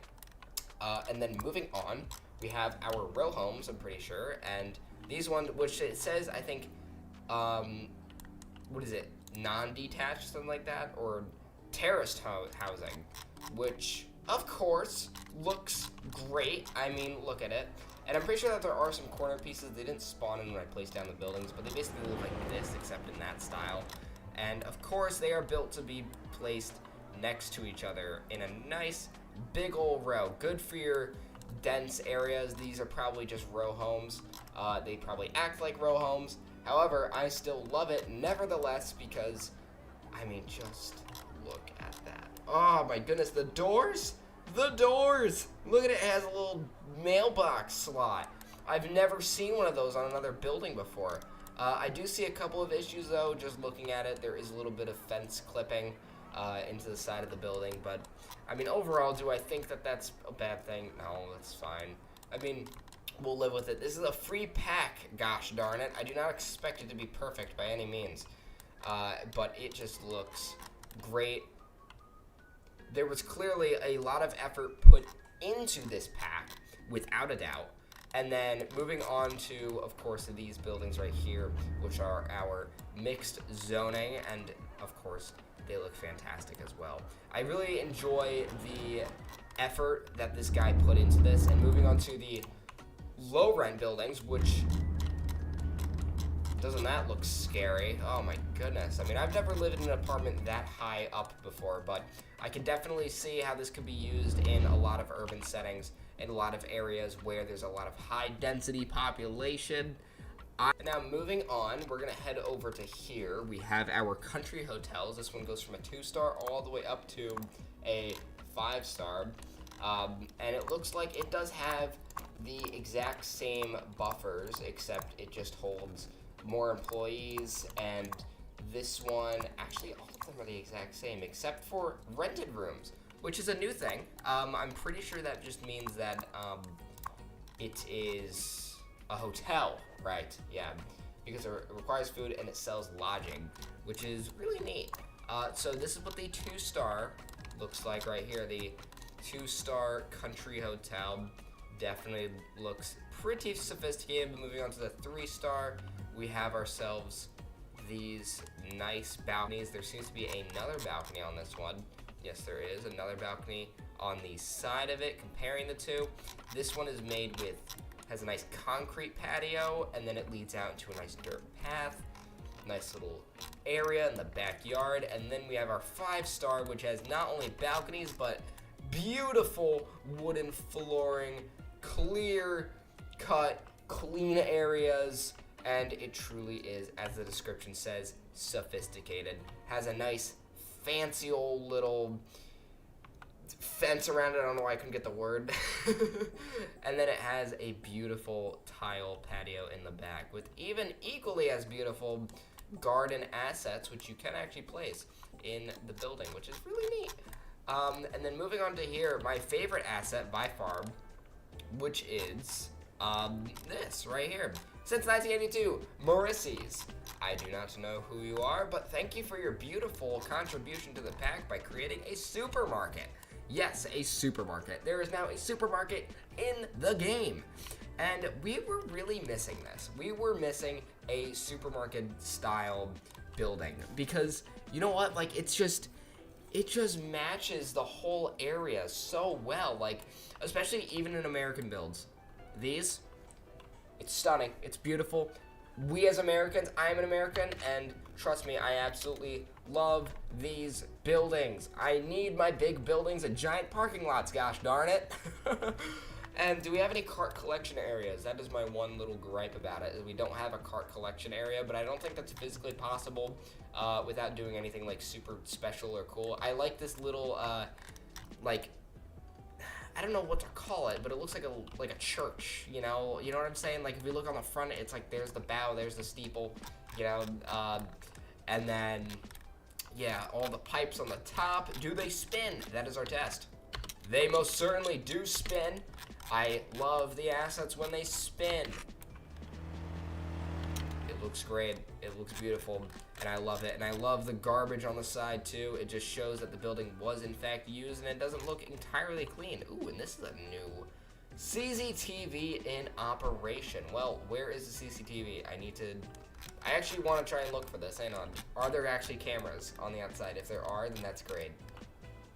Doesn't look like there is. I don't think it's because it's an asset, but looking down on the bottom, we even have some neat text. Morosi's great value shopping, and then we have. What does that say? It just it just says please, please, please, just please, man, please, please. Oh wait, there is a cart collection area. I'm silly. It's right here. Look at that. Maybe in the future, with an update, we could have people get out of their cars and they go over to the shopping carts, they grab them, and then they walk in. and then they return the carts in random areas in the parking lot. But I think that's just because I'm from America, and we do that. We're jerks. I don't do that, but others do. It's really annoying, because then I can't back out of the parking spot. And then we have the church inns, which we have a decent, generous collection of. So this is... Okay, everybody doesn't have water. It doesn't matter. I'm deleting this world anyways. So this is a pretty neat area. There are a lot of things that can be... they all give the same buffers, though. That's one thing that I do notice. These ones give 500 meters of well-being, and these ones only give 400. Actually, no, just this one gives 400. But this one is the Church Inn. Once a village pub, it now serves the suburbs as a country pub in the city. Perfect for locals to catch up and talk rugby. Which, I've played rugby, by the way, and it is really fun. But the Church Inn. This looks great. Wow, look at that. Kind of reminds me of, like a local restaurant. Like one of those old local restaurants in town that you see. All of these buildings do. These ones not really, but these ones definitely do. And then we have the Church Inn and Bistro, which this one kind of looks the same. Yeah, it's pretty much the same. It has the same details, except this one has a larger backyard, probably to hold some more people. Yeah, because there's 60 employees instead of just 8 on this one. And this one has more city attractiveness. And it looks like it just sells beverages, which means that it's probably, yeah, it's an alcohol restaurant.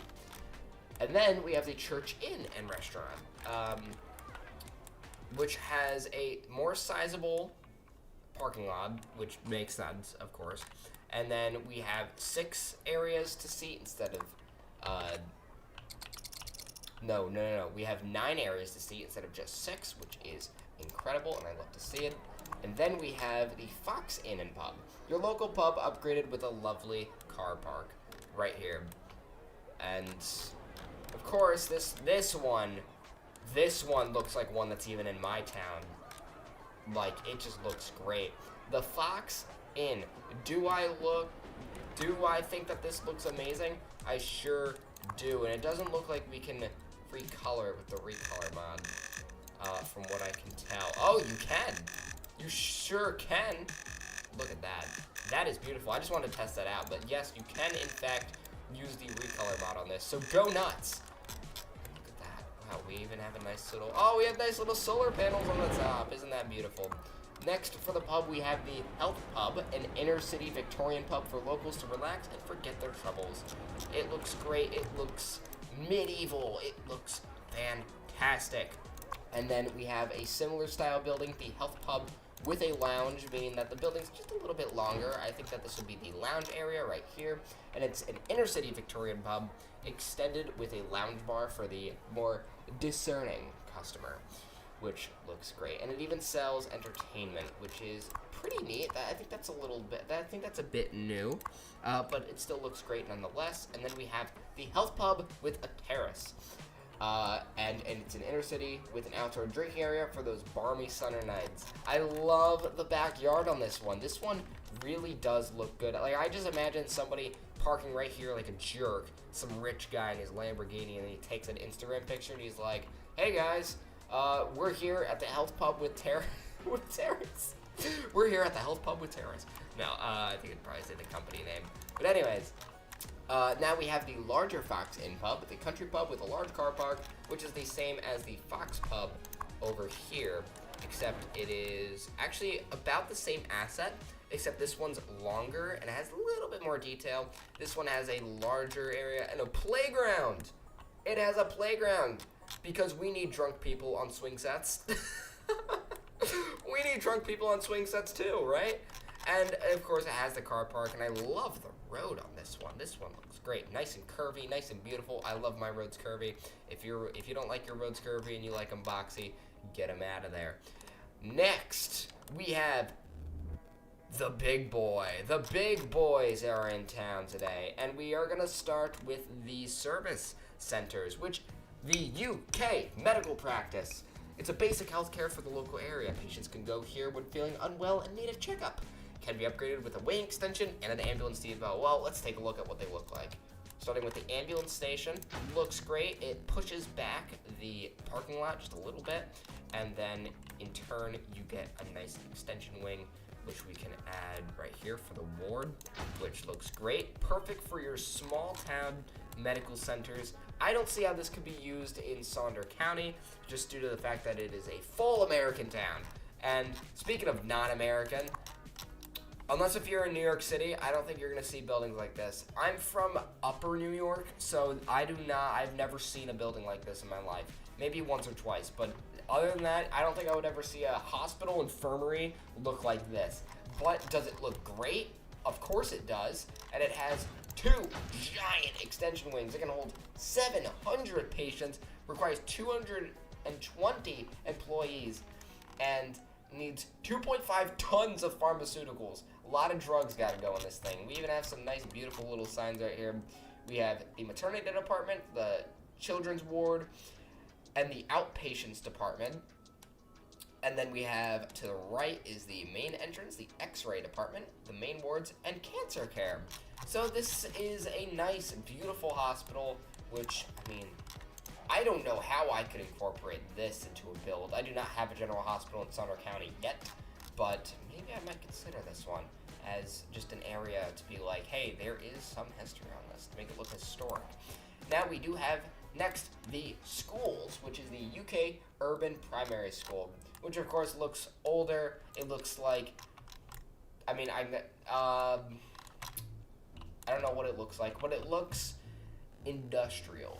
Except that's just kind of, a lot of buildings in the UK are built with brick and stone, so I'm not going to hold it against them, obviously. But it looks beautiful. It is probably for your inner city areas, places that are older, more stylized, things like that nature. And then what if you want to be suburban and you want to be big on the block and you want to have all of these? Yeah, well, you can. This one has extra classrooms and it has extra classrooms. It is beautiful. It is awesome. It has a great giant backyard, perfect for stuff. And then, of course, even if you have anarchy, I'm going to try this out right now. You can even add in a tennis court. Look at that. That looks great. We can even add in a basketball court. Wait. Hang on. The joke's going to be funny in like a minute. A second tennis court. It looks great. It looks awesome. It looks beautiful, and I absolutely love it. I love these suburban. I'm glad we're starting to get some buildings that just look older. They don't look hyper modern, but they also don't look super duper old. Except it does label it as a modern suburban primary school with large playing fields for educating the sprawling suburbs. Includes extra classroom extensions to ease pupil pressure. I love these descriptions. They're great. They are absolutely fantastic. And it costs, when fully upgraded and loaded, it costs about $72,000 a month. And I'm expecting it to be over $100,000 once you have all the employees in it. Next, we have our UK secondary school. A large secondary school with extensive grounds and playing fields. The perfect place to work towards those GCSEs and A-levels.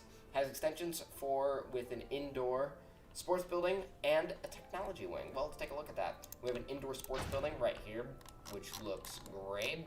Nice and detached. It's clearly a gymnasium of sorts, or maybe a pool area.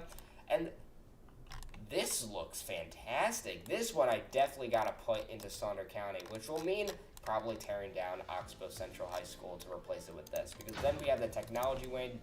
Oh yeah, this looks incredible. And then we can add in, of course, you already know it, a tennis court, 2 tennis courts, a basketball court. Oh god, I can't hit those high notes as much as I could. But wow, those look great, and it looks fantastic. Oh my goodness, it just looks great. I love how he leaves the area open and sort of empty, because then you can add in with anarchy. Clearly the guy who made this pack knows what he's doing, and he knows that modders and detailers, they absolutely love these types of buildings that are a little bit empty, because then you can just add in things. I love this building so much. This is by far my favorite building. It looks American. I don't care what people say. This is what my high school looks like. This. I am a 17-year-old man and my high school looks like this. And it looks fantastic, and we're putting this in Sonder County once we're done. And also, this building right here. This is the UK fire station. It's a small-sized station with a low amount of engines available. This will also reduce the likelihood of fires in buildings, blah, blah, blah, all that stuff. But it can be upgraded with some extra garages and a training facility. So let's take a look at the extra garages. Looks awesome. It adds in 2 extra garage areas, hence the name. And then we also have the training facility, which allows you to train for staff. This looks like my local fire station. Oh my goodness, look at it. It just looks fantastic. It looks beautiful. And I love this giant tower, which I'm pretty sure might be an alarm of sorts. Yeah, there is this one right here. Oh no, this is actually a light post. I like how every update we get new lamp posts and they're always 10 times taller than the last ones. Like, are we just gonna make lamp posts eventually that are just like all the way up to I almost got blinded by the sun. But let's continue. We now have the final asset, unfortunately, which is the UK police station. And it has a similar area with garage extensions and then a cell extension for extra holding cells. All of these buildings, we gotta add these 3 into Sonder County because look at this. This looks absolutely amazing. It has a bridge. Oh yeah. We've got to get into Sonder County and put in the UK police station, fire station, and the secondary school. I'm going to be right back while I go do that. Right, here we are back in Sonder County. Boy, do I love this region. Oh my goodness, it's beautiful to get a nice back of fresh air of the Midwest. But anyway, we are back, and unfortunately, because we have found the secondary school, we've got to tear down this one. It just looks better, it looks nicer, it looks bigger, it just looks so much more fit for the area, and it can be placed just right there. And we're gonna do that right now. So let's go ahead and let's tear down this building. It's gonna hurt me because I spent like an hour on this, but I think it'll be worth it. So let's go ahead and get rid of all of this.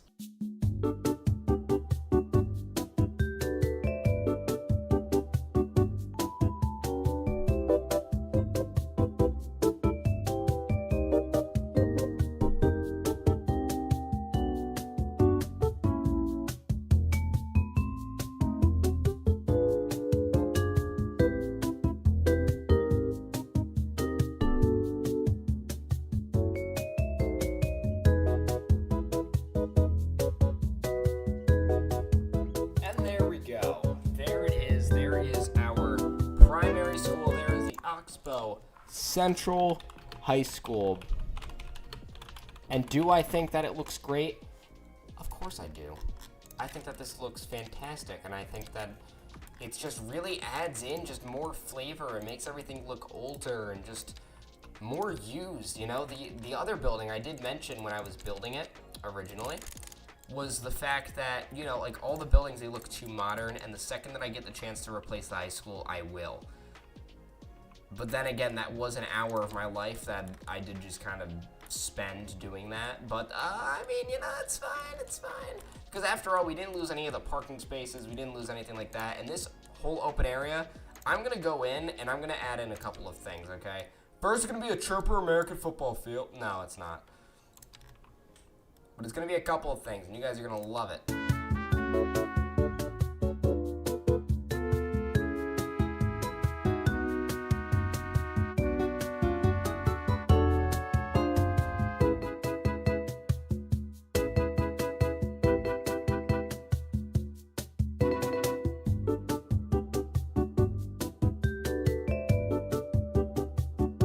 Oh yeah, that looks great. Look at that. We added in some basketball courts, some tennis courts, and even some seating areas so during lunchtime the kids can go out and they can go eat lunch together as a family. And now, what I'm going to go ahead and do is I'm going to add in the fire station over here in Oxbow just to really level it up. I know I had one right over here, but I left this open for a reason because I knew eventually we were going to replace it. So we're going to go ahead and then we're going to just max it out, of course, and that looks great. Oh my goodness. That looks beautiful, and I absolutely love it, and I think that it just doesn't get any better. It doesn't get any better than that, does it? And of course, We have to go in with the UK fire station as well. I'm pretty sure I just randomly placed one, yeah, right here. And of course, I don't really think that that looks too great. So we could go ahead and place it just over, you know what, I'm thinking we could place it right here. And then,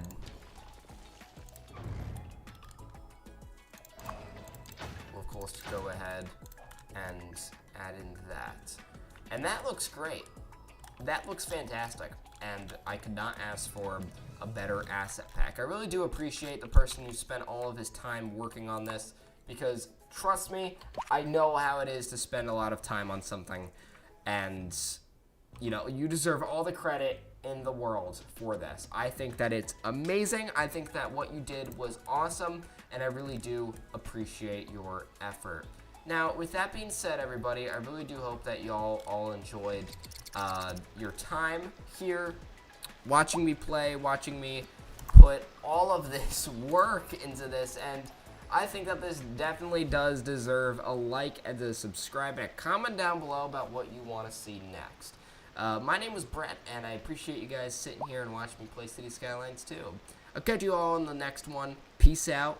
Love you guys all. Hello, everybody. My name is Brett, and welcome back to City Skylines 2, where today we are back with some more DLC content. Now, unfortunately, this one is paid for. However, if you're willing to shell out about $20, you can get these two packs right here on the screen.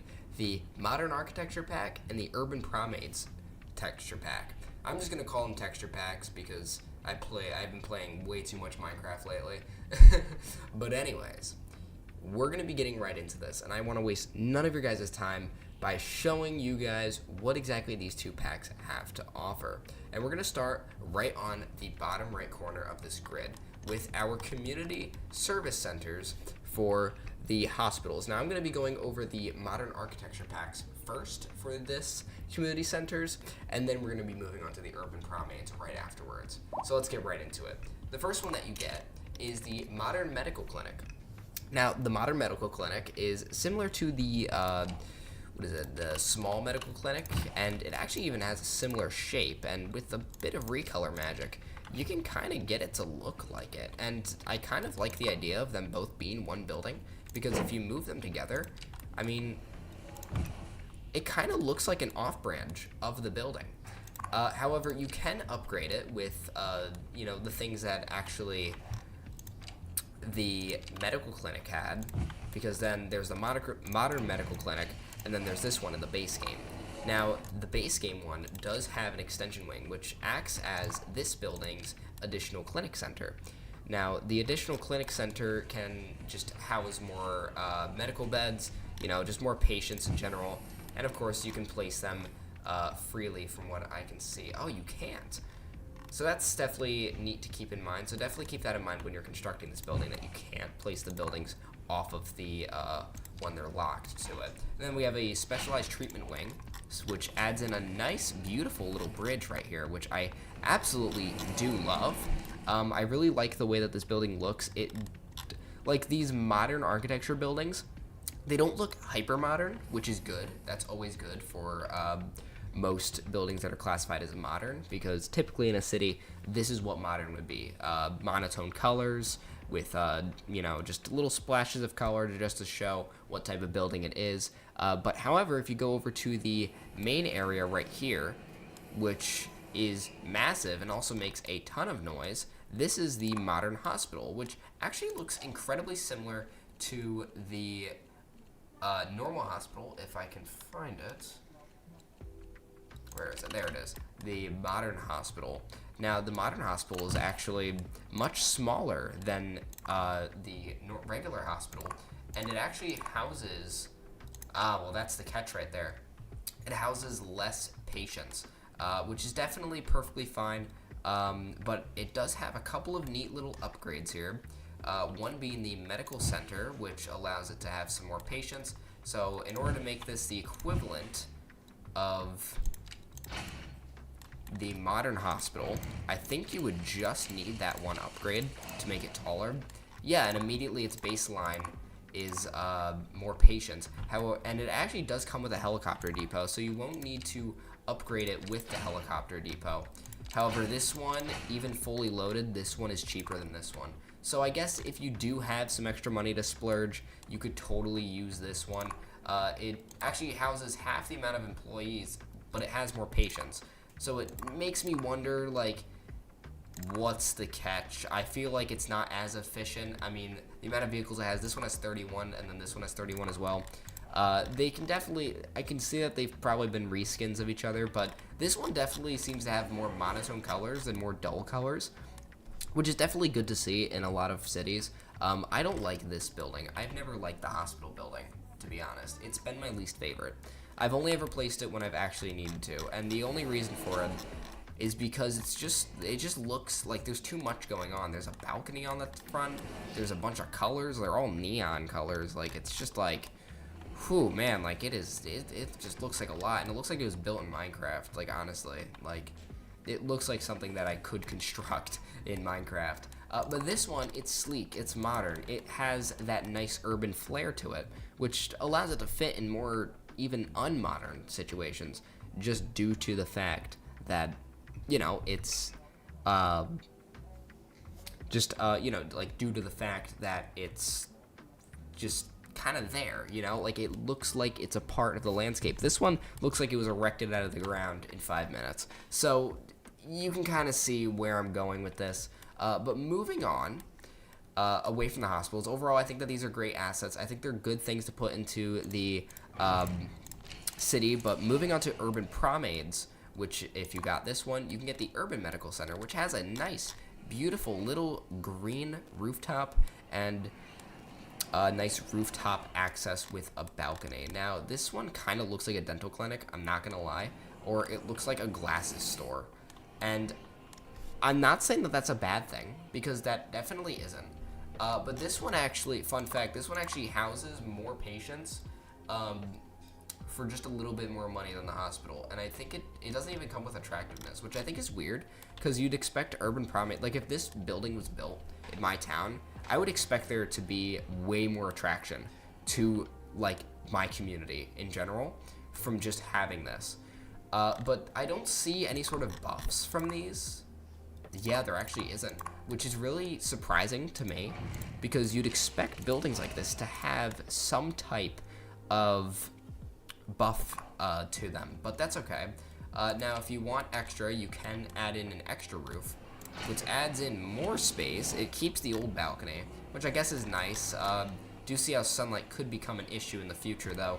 For those sitting here, I think you'd get minimal sunlight unless the sun is facing this way, which, as we probably know, if the building is facing the wrong way, you would never get sunlight in that corner. So that's just like a little blip that I have. But there are a lot of balconies, and then it removes the green space for another balcony. So I guess the urban promenades really is just to show, like, green architecture, which is definitely really nice, and I do really like the Urban Medical Center. I do think that it's more showboaty than the modern hospital, but that's okay, because that's what it's supposed to be.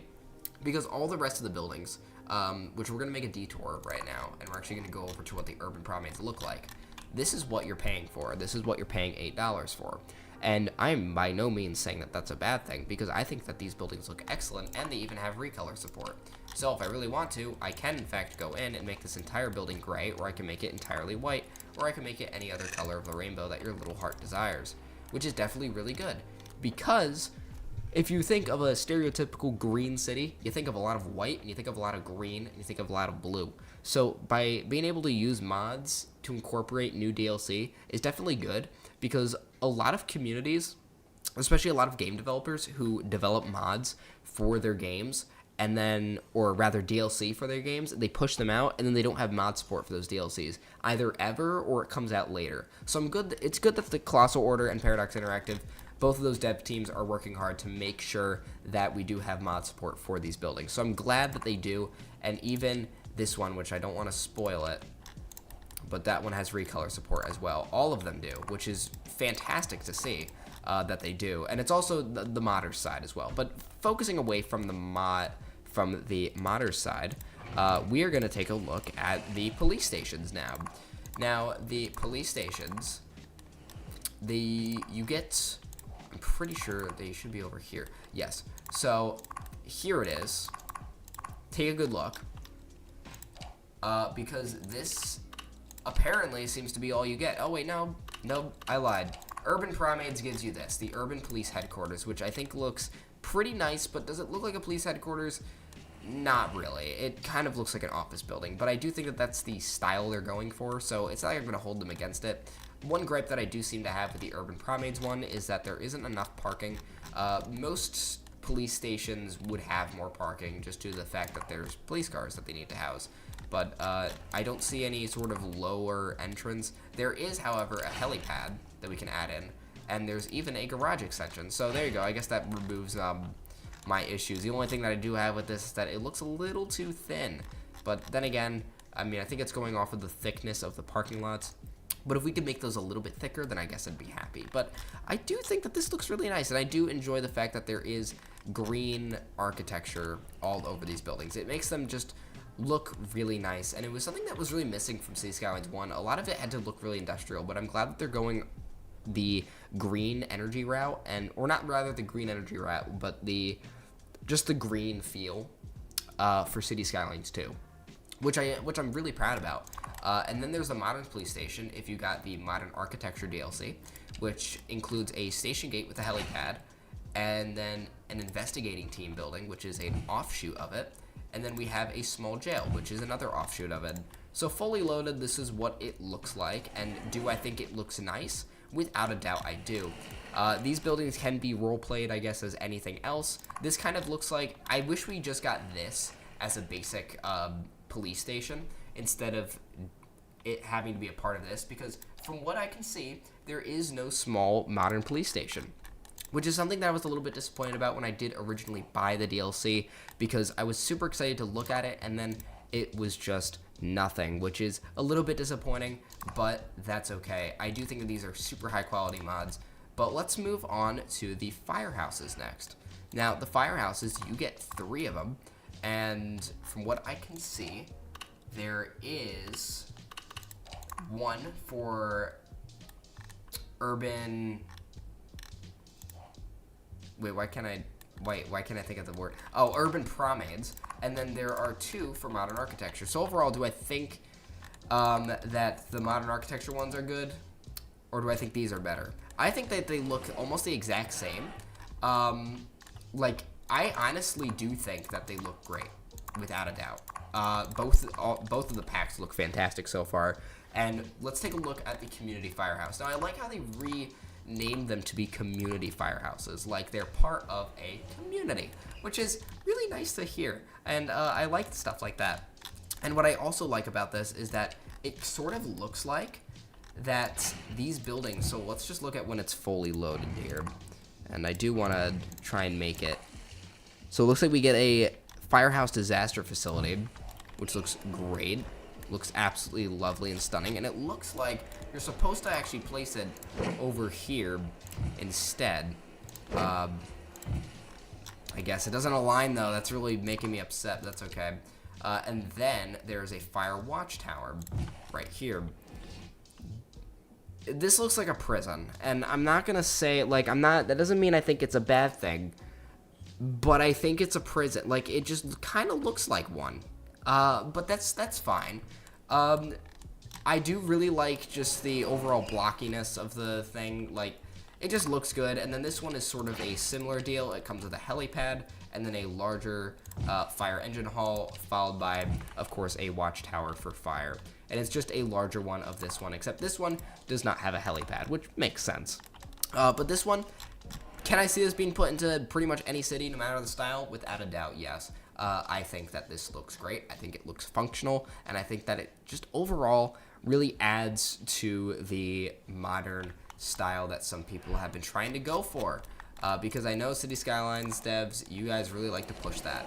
And now with the urban primades, there is nothing. I cannot see in any stretch of the imagination how a fire engine can exit through here and drive through here. This road definitely needs to be at least twice as wide, but I guess it's just me being nitpicky. And then there is the disaster response unit and then the training tower, which it's basically the same upgrades as the small community firehouse, except it is priced at 4 times the amount, and it houses more employees, way more employees. Actually, yeah, by a long shot, this thing is worth the price, I guess, to place in your city. It's definitely, I feel like it's the mid-range between this one. Never mind, this one is, the urban primates, from what I can see, are just all way more expensive than the modern architecture packs. But that's, I guess that's fine. And now, let's move on to education. Education was a big thing in City Skylines 1, and it's even becoming a huge thing in City Skylines 2 with the release of urban primates in modern architecture. We do have, first, starting off, the modern architecture packs, which comes loaded with a community elementary school and a modern high school. These are just the first couple of them, and do they look good? Without a doubt, yes. There is the mindfulness room, which helps regulate emotional stress after a heavy course load and improves the health of the students. And then we have an additional teaching building, which looks great. I like the college campus feel that it's going for. And I also do really like how this one connects into this one. I really do appreciate that. And then there's a student dormitory, which I'm very surprised by. It adds an extra capacity to the high school, which I'm very surprised about because, you know, you typically wouldn't see dorms being put up in a high school, but that's just because I'm American, and I do not know if that's a real thing in real life. I do not know if people reside in the high school during teaching hours, but I did not know that, and that leads me into a whole new light of world. And then, of course, there is an extension wing for this one and a community playground, which looks absolutely fantastic. For a small elementary building, I absolutely love this. And it also adds in the 20+ outdoor recreation buff, and you never have to. And wow, this is really cheap. Only 16 grand, about 16.5 grand. It has 8 employees in them, and it can house 450 students. Comparing that to the small elementary school, which holds, or rather can hold, if you really try hard enough, it can hold more than this building. But this one, overall, at a certain point, you kind of have to go for looks over money, and I do think that this really shows that well. There's just a lot going on here, but there's not enough to where it's an eyesore to look at. You have a couple fences, some nice, you know, a nice urban architecture. Modern architecture isn't supposed to look invasive. It's supposed to work with nature, and I feel like that this kind of works with it, at least a little bit. Now, mentioning over to elementary schools, we have the one from the Urban Primates DLC, which adds in 2 of them. We have the Urban High School and then the Urban Elementary School. Now, what's kind of funny about this is the Urban Elementary School, from the get-go, has more capacity baseline than, oh, isn't this neat? Now, this is something that I've actually never seen before, a rooftop playground. We have some nice tents here for people to relax in. And then we have this way up high. I really like that little, those little words there. I can imagine, like, if somebody's flying a plane over the city and then they see this from afar and they're just like, they post it on Reddit and they're just like, hey guys, look at this. I also do like how they're conscious about the fact that, yes, kids do go to this high school, or rather elementary school, and they made really high fences, which is very nice. Like, I think that's really thoughtful, because it shows that they really did care and put a lot of time and effort into modeling these buildings. Now, moving over to the urban high school, we have a gym extension, and then we have an extension wing. It creates sort of a nice little U-shape, which definitely looks great. And when it's fully loaded, it houses about 1,600 students, which of course looks great and all. But where are the sports field, man? Where's the sports field?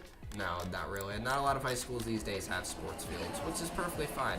I like the idea of the fact that there are bridges that go above the this little walkway right here, which is also a nice little detail as well. I can't get too close to the building or else it'll be super loud.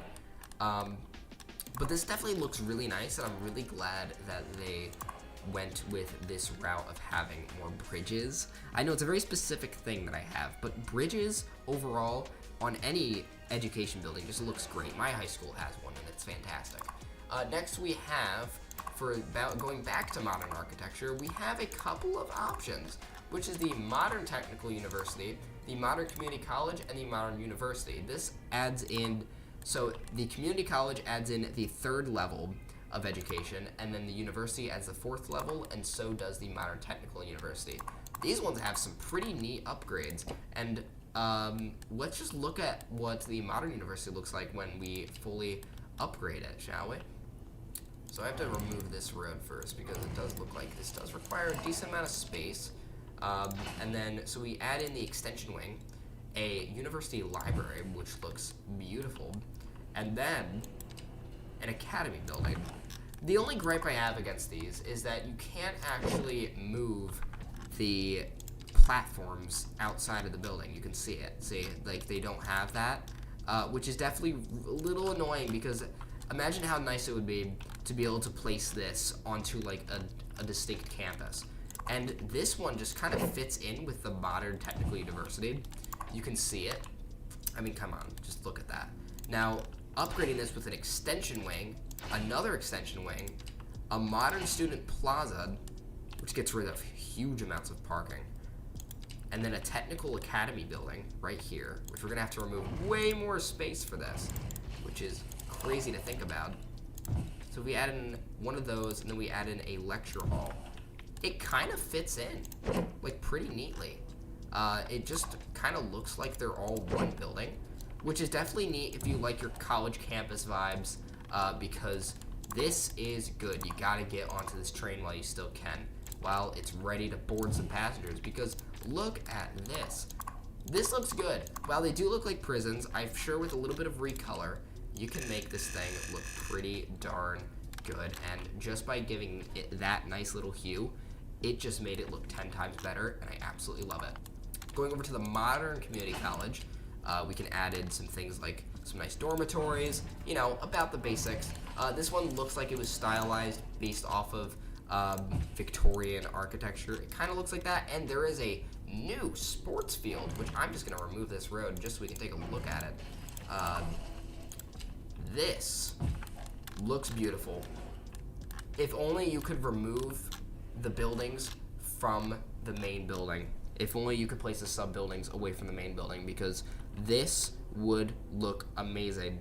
It is a sports field. It looks awesome. Students are able to exercise and organize sport competitions here. I love the bleachers on this thing. It looks absolutely fan-flippin-tastic. And I honestly could not ask for a better one. And you can even recolor the track. I don't know why you would want to do that, but you can do it. If you want purple with a little bit of effort, you can make a purple track. Or if you want whatever this is, or if you want red grass, or if you want funny colored thing. Oh wow, that looks ugly. Let's move away from that, and let's move over to the second part, which is the Grand City Plaza and the Modern Art Museum.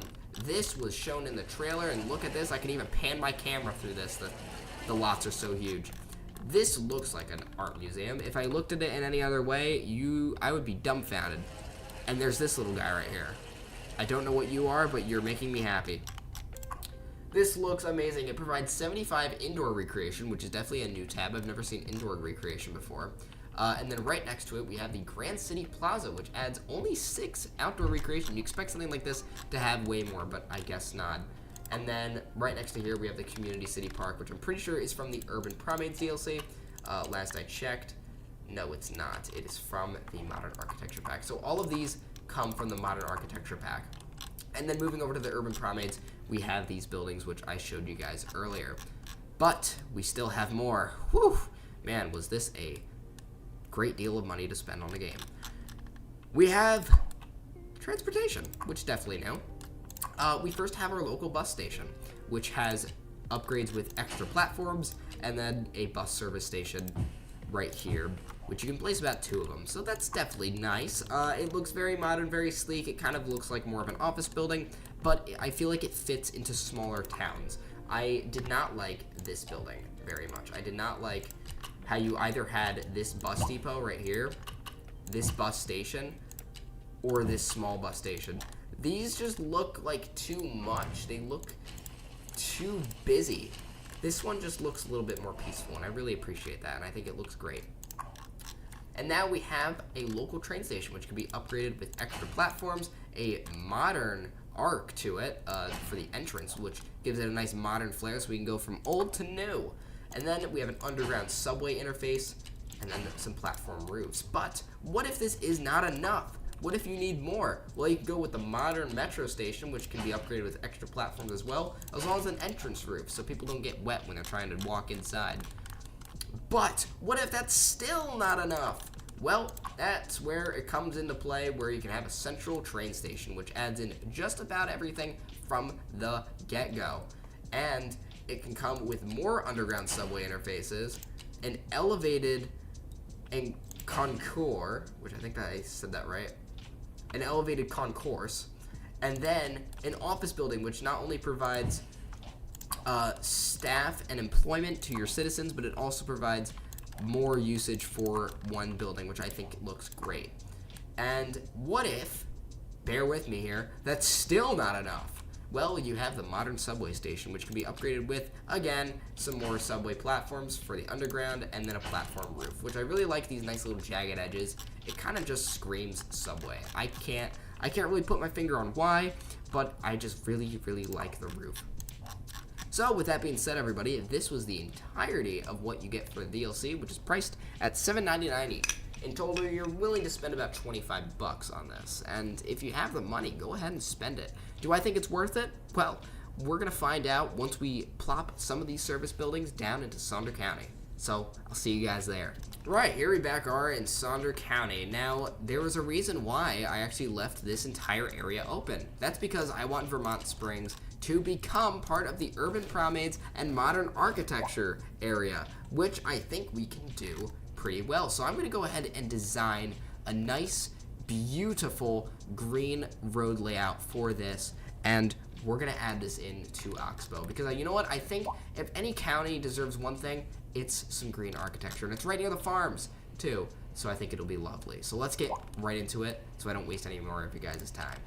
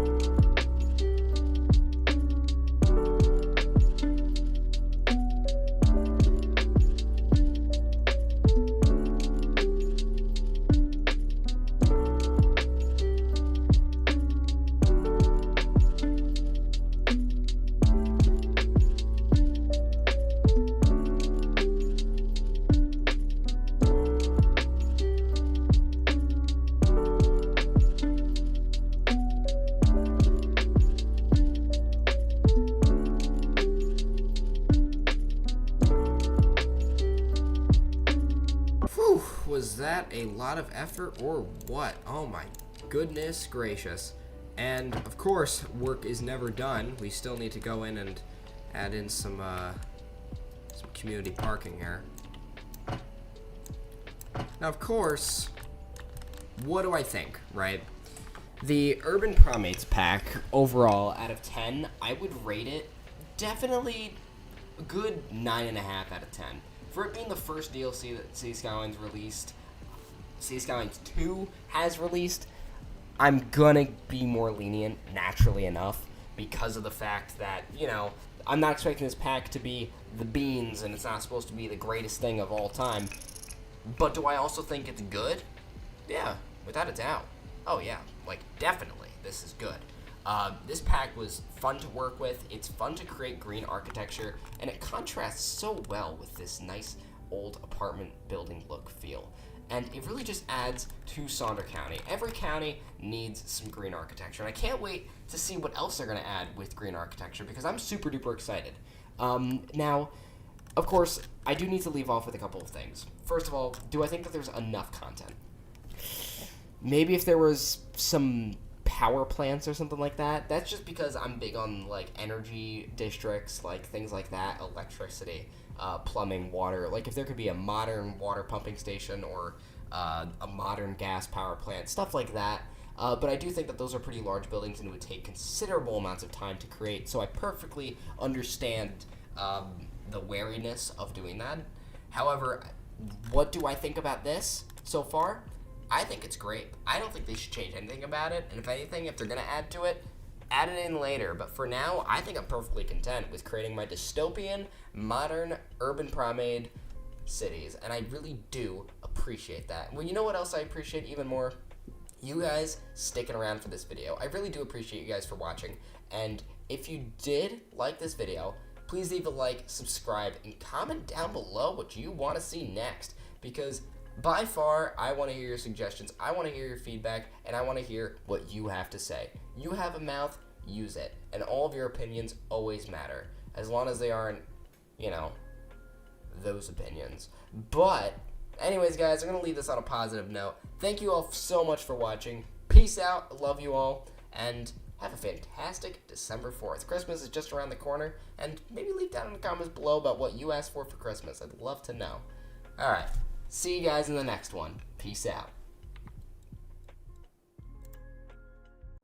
Hello everybody, welcome back to Sonder County. In today's episode, we're going to be doing something pretty nice. We're going to be redoing the industrial area that I created during my stream on Friday night, which was a couple little bits ago. And also, Merry Christmas! I hope to get this video out by either Christmas Eve or Christmas Day, so if you get it by then whoop-de-doo, that's awesome. And then you guys can watch me instead of spending time with your family, which I kind of don't advise to do. Anyways, in today's episode, we're going to be revitalizing the industrial area, like I said, and we're also going to be removing a lot of the errors, as well as fixing our budget. I know that I'm playing on sandbox settings and money doesn't matter, but I just like to see green. I hate seeing red down on that budget panel. We are losing $127,000 an hour. That is abysmal. That is more than Amtrak loses in a month, and that is incredible how I could even manage to pull that off. So I decided to try and connect.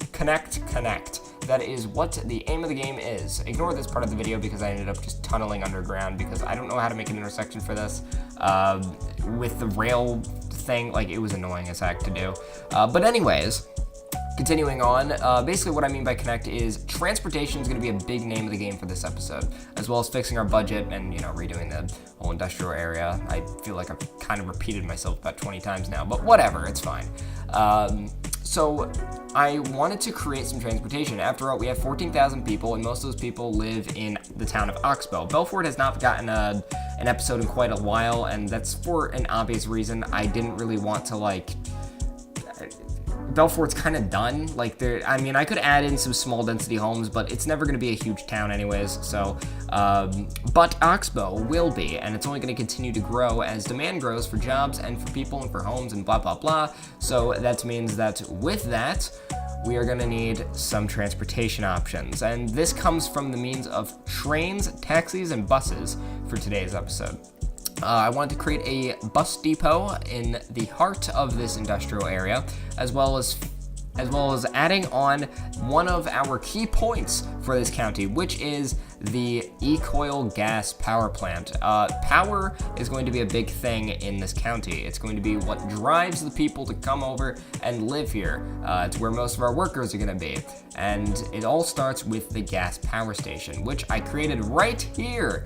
Honestly, I never really enjoyed having dirty industrial areas. I usually go nuclear as soon as I'm able to get it in City Skylines 2 and even in City Skylines 1, but I still think that it makes sense for a county to have some type of power station. This isn't going to be a small county. There will be a giant city that I'm going to build eventually.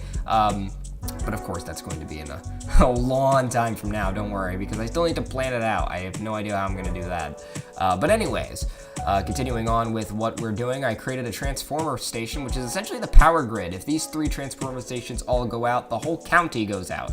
And these 3 power lines, the first one's going to be mailed off and shipped off to another place, and then the other 2 will be mailed off to some larger towns and cities within Sonder County. So it sort of all just kind of works out, and there will be no bottlenecks. There was a bottleneck in one of the main streets, but it honestly never...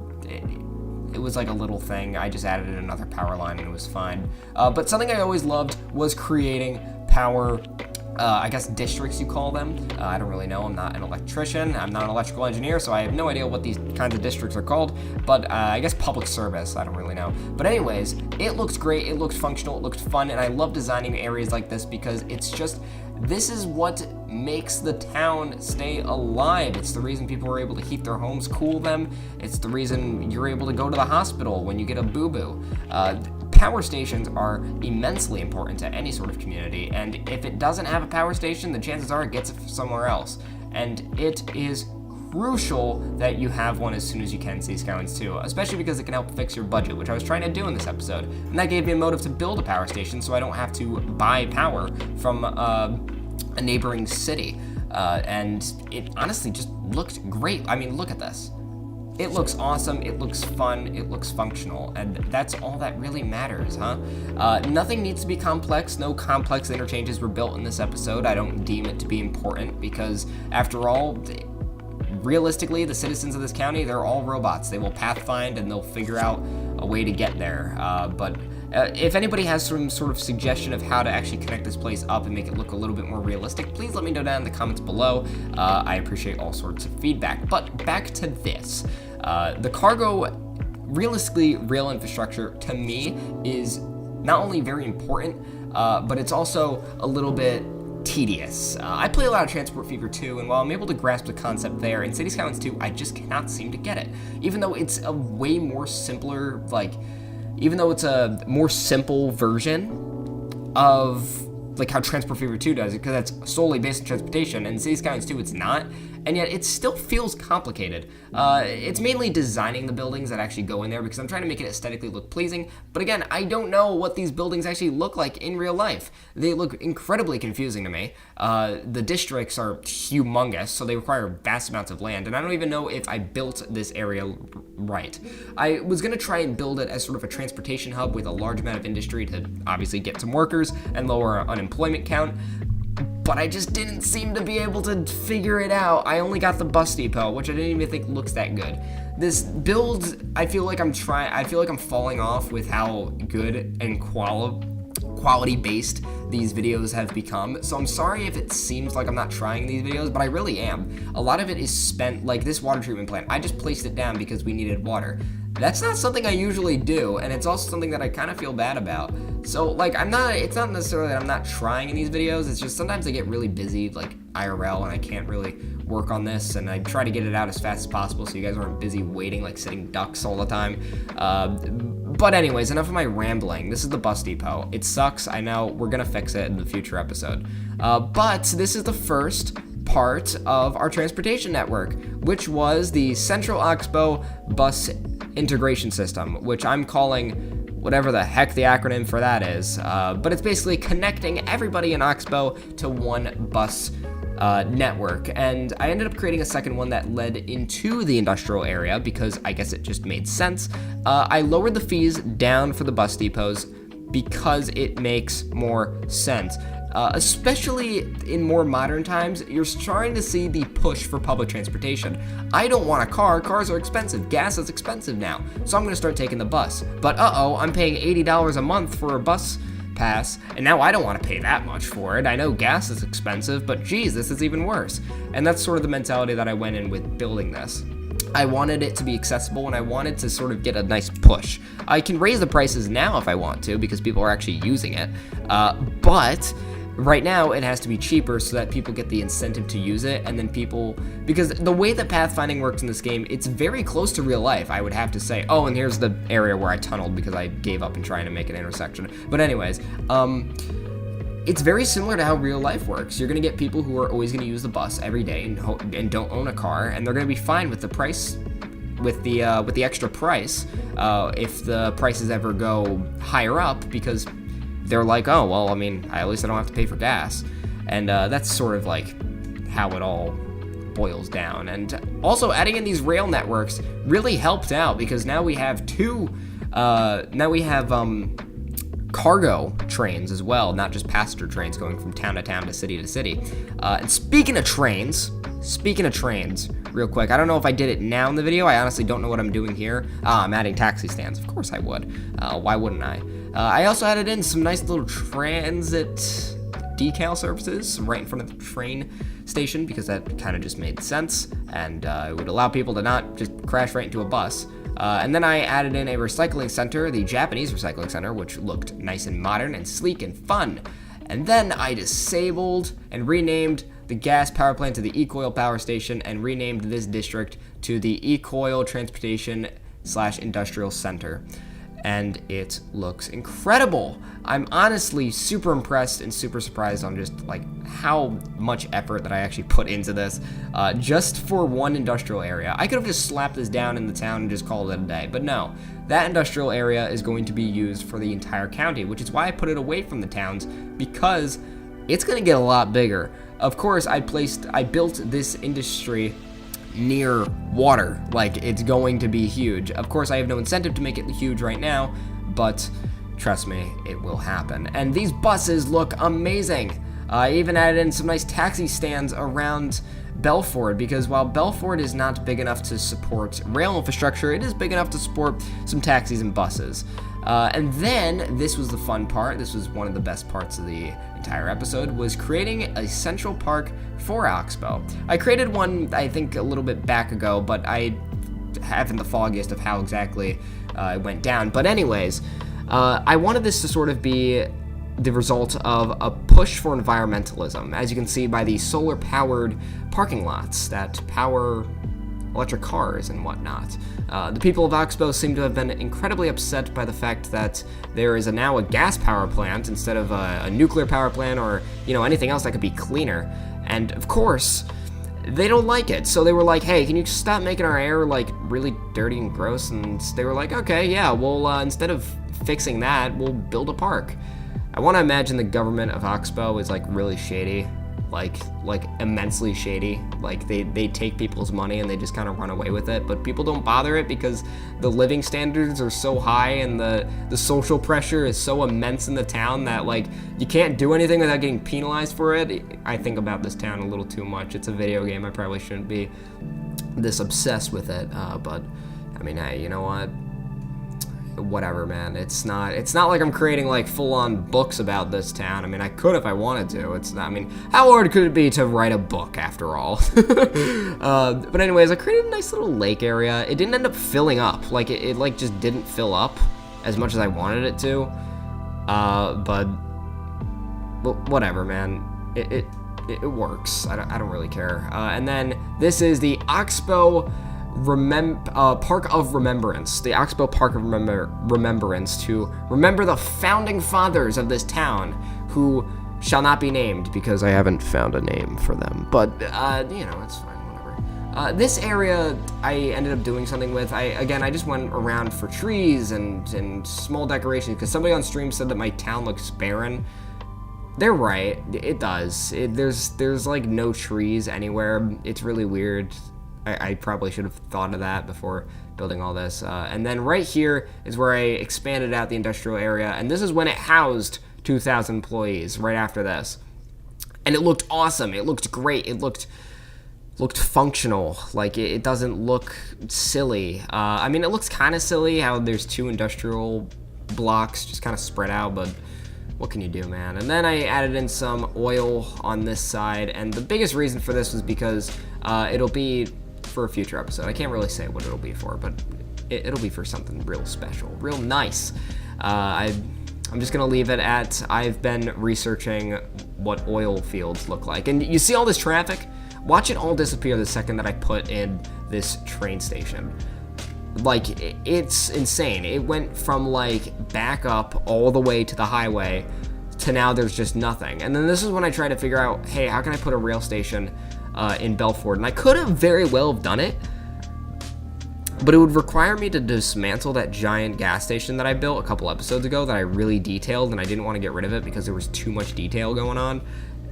And like, yeah, that's it. Like, I just didn't feel like doing it. And so that's where Belford gets the whole like they're not gonna get any larger because of the fact they can't handle the infrastructure to get larger, and that's perfectly fine, whatever. I went around for some jagged edges that I created during stream. Again, this whole area was created during stream, but of course I was eager to build what even was it? I don't even remember now at this point. A gingerbread house, of course. I went around and built a gingerbread house, and of course I was excited to do that, so I wanted to get this done and over with. So this is just this entire episode is literally just me, like, trying to find areas that I messed up and that I could have done during stream. I could have done all this during stream, but I needed to find time for the gingerbread house, of course, so that meant, whatever. But anyways, we're back in the industrial center. We're adding in some more industry, even more industry. I think this place holds 3,000 people. I'm not too sure. I haven't checked yet. And I know people say, like, don't put commercial where industrial is. In what sense would that make any sense? Because if you think about it, people got to get lunch. People want to get, grab a bite to eat during their lunch break or whatever, or during break or before they come in. So it makes sense to have commercial where industrial is, because what are people going to do during their break? They're going to do nothing? Yeah, that doesn't make any sense. And then everybody was dying, so I put in a modern architecture building where the green infrastructure was being placed. That little apartment complex that I created during my review for the Urban Promenades DLC, I'm pretty sure it was. Added in a couple parks, nothing too crazy, but it works wonders, and it works well, and it works amazingly. And then I adjusted the tax rate, and now we are only losing about like 20,000, I think, an hour. I think I got it down to like 4,000 by the end of the episode. It was really crazy. And the main reason, again, is because I want this town to look profitable. I want the county to seem profitable. I wanted it to be as if the government gave the board of directors like a bunch of money, and then they were like, all right, have at it. And in order to make some more money, I also went ahead and put down some UK detached homes, just a small suburb right there near the supermarket, because I guess it just made sense, some architectural inclusivity. And then just some final tunements, and this was the episode. I really hope you guys did enjoy this. I know it seems like I'm kind of rushing, but I want to get this out before Christmas, because I know you guys want to go see your families. So without further ado, everybody, my name is Brett, and this was Sonder County. If you have any sort of suggestions or areas that I should improve upon, please leave a comment down below, and I'll get to it as soon as possible. Trust me, I got a list, and I'm checking it twice. I'm gonna find out who's naughty or nice. All right. See you guys later, and let me know down in the comments below what you got for Christmas, because I guarantee this will be released after Christmas, so bye! Hello everybody, my name is Brett, and welcome back to Sonder County. Today's somewhat of a big episode, because today we're gonna be making some big oil. Did you guys like what I did there? Big episode, big oil? Yeah, that's awesome. I love that pun. If you did too, make sure to like, subscribe. But anyways, we're gonna be doing something that's pretty cool, and it's making an oil field. Now I got the inspiration for this from a comment on an old video. I think it was a comment, or maybe it was an original thought. Honestly, I have no idea. Winter break is killing me. I need to get back into school.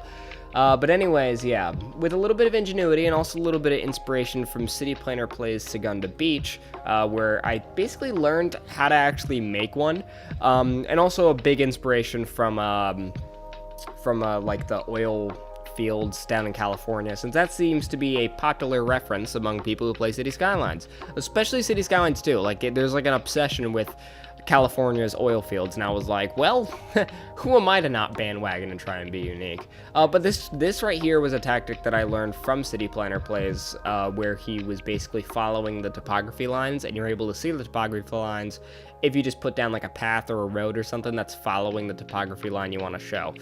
I said topography line 3 times in that sentence, so that deserves a like and a subscription to this channel. But anyways, yeah, so I continued with that trend along the entirety of this, following along the train tracks. Maybe we'll put in a train, like a sort of like an oil-based train yard, or a train station at the edge in the future, but I didn't see it to be too big of a priority, and also would require me to download an asset pack in order for that to happen, and I'm not too equipped to handle that right now. After all, I just bought more RAM for my computer, so recording this episode, I was very wary about, what's going on, because that's why my computer doesn't work as well as it should. But anyways, my only goal for this episode was to make things big, and I know last episode that's exactly what I said, and then the episode before that, and the stream before that, But this episode was big, and the next one is going to be even bigger. Of course, this is because of the fact that I need to sort of like supercharge Sonder County and make sure it has all the infrastructure it needs, because it's all in preparation for next episode. Next episode, it's going to be massive. Absolutely insane. So if you guys, decide to stick around for a little bit, you're going to see some pretty cool stuff. And I'm not one to toot my own horn, but I think it's probably the best thing that I've ever cooked up in my little noggin of mine. So, of course, let us continue. Let's get back to Sonder County here. Let's take it one step at a time. I think I'm getting a little bit ahead of myself because, after all, things can happen. But anyways, a lot of people, when they make oil fields, they tend to make it look barren, like it's an apocalyptic future. I feel that that's completely unnecessary, and if anything, you can make oil fields look very pretty. And this includes adding in trees as decoration. People don't realize this. Oil fields are built near forests sometimes, and that's because oil is just a naturally occurring thing. So it can happen anywhere in the world, really. I'm no scientist, but I'm pretty sure it can happen in just about any area of the world. The desert is where it's common because that's where you're going to find the most of it. But you can also find it deep in the mountains. You can find it in a valley. I mean, you could find it in your backyard, but that's honestly probably never going to happen, so don't bet on it. But this also means that I had the excuse to decorate it like I did with the farms like a couple episodes ago, where I used a bunch of trees to outline it, because that's a real thing. And it's basically just like there was a forest here at one point, and humans came in and destroyed it like we destroyed everything else.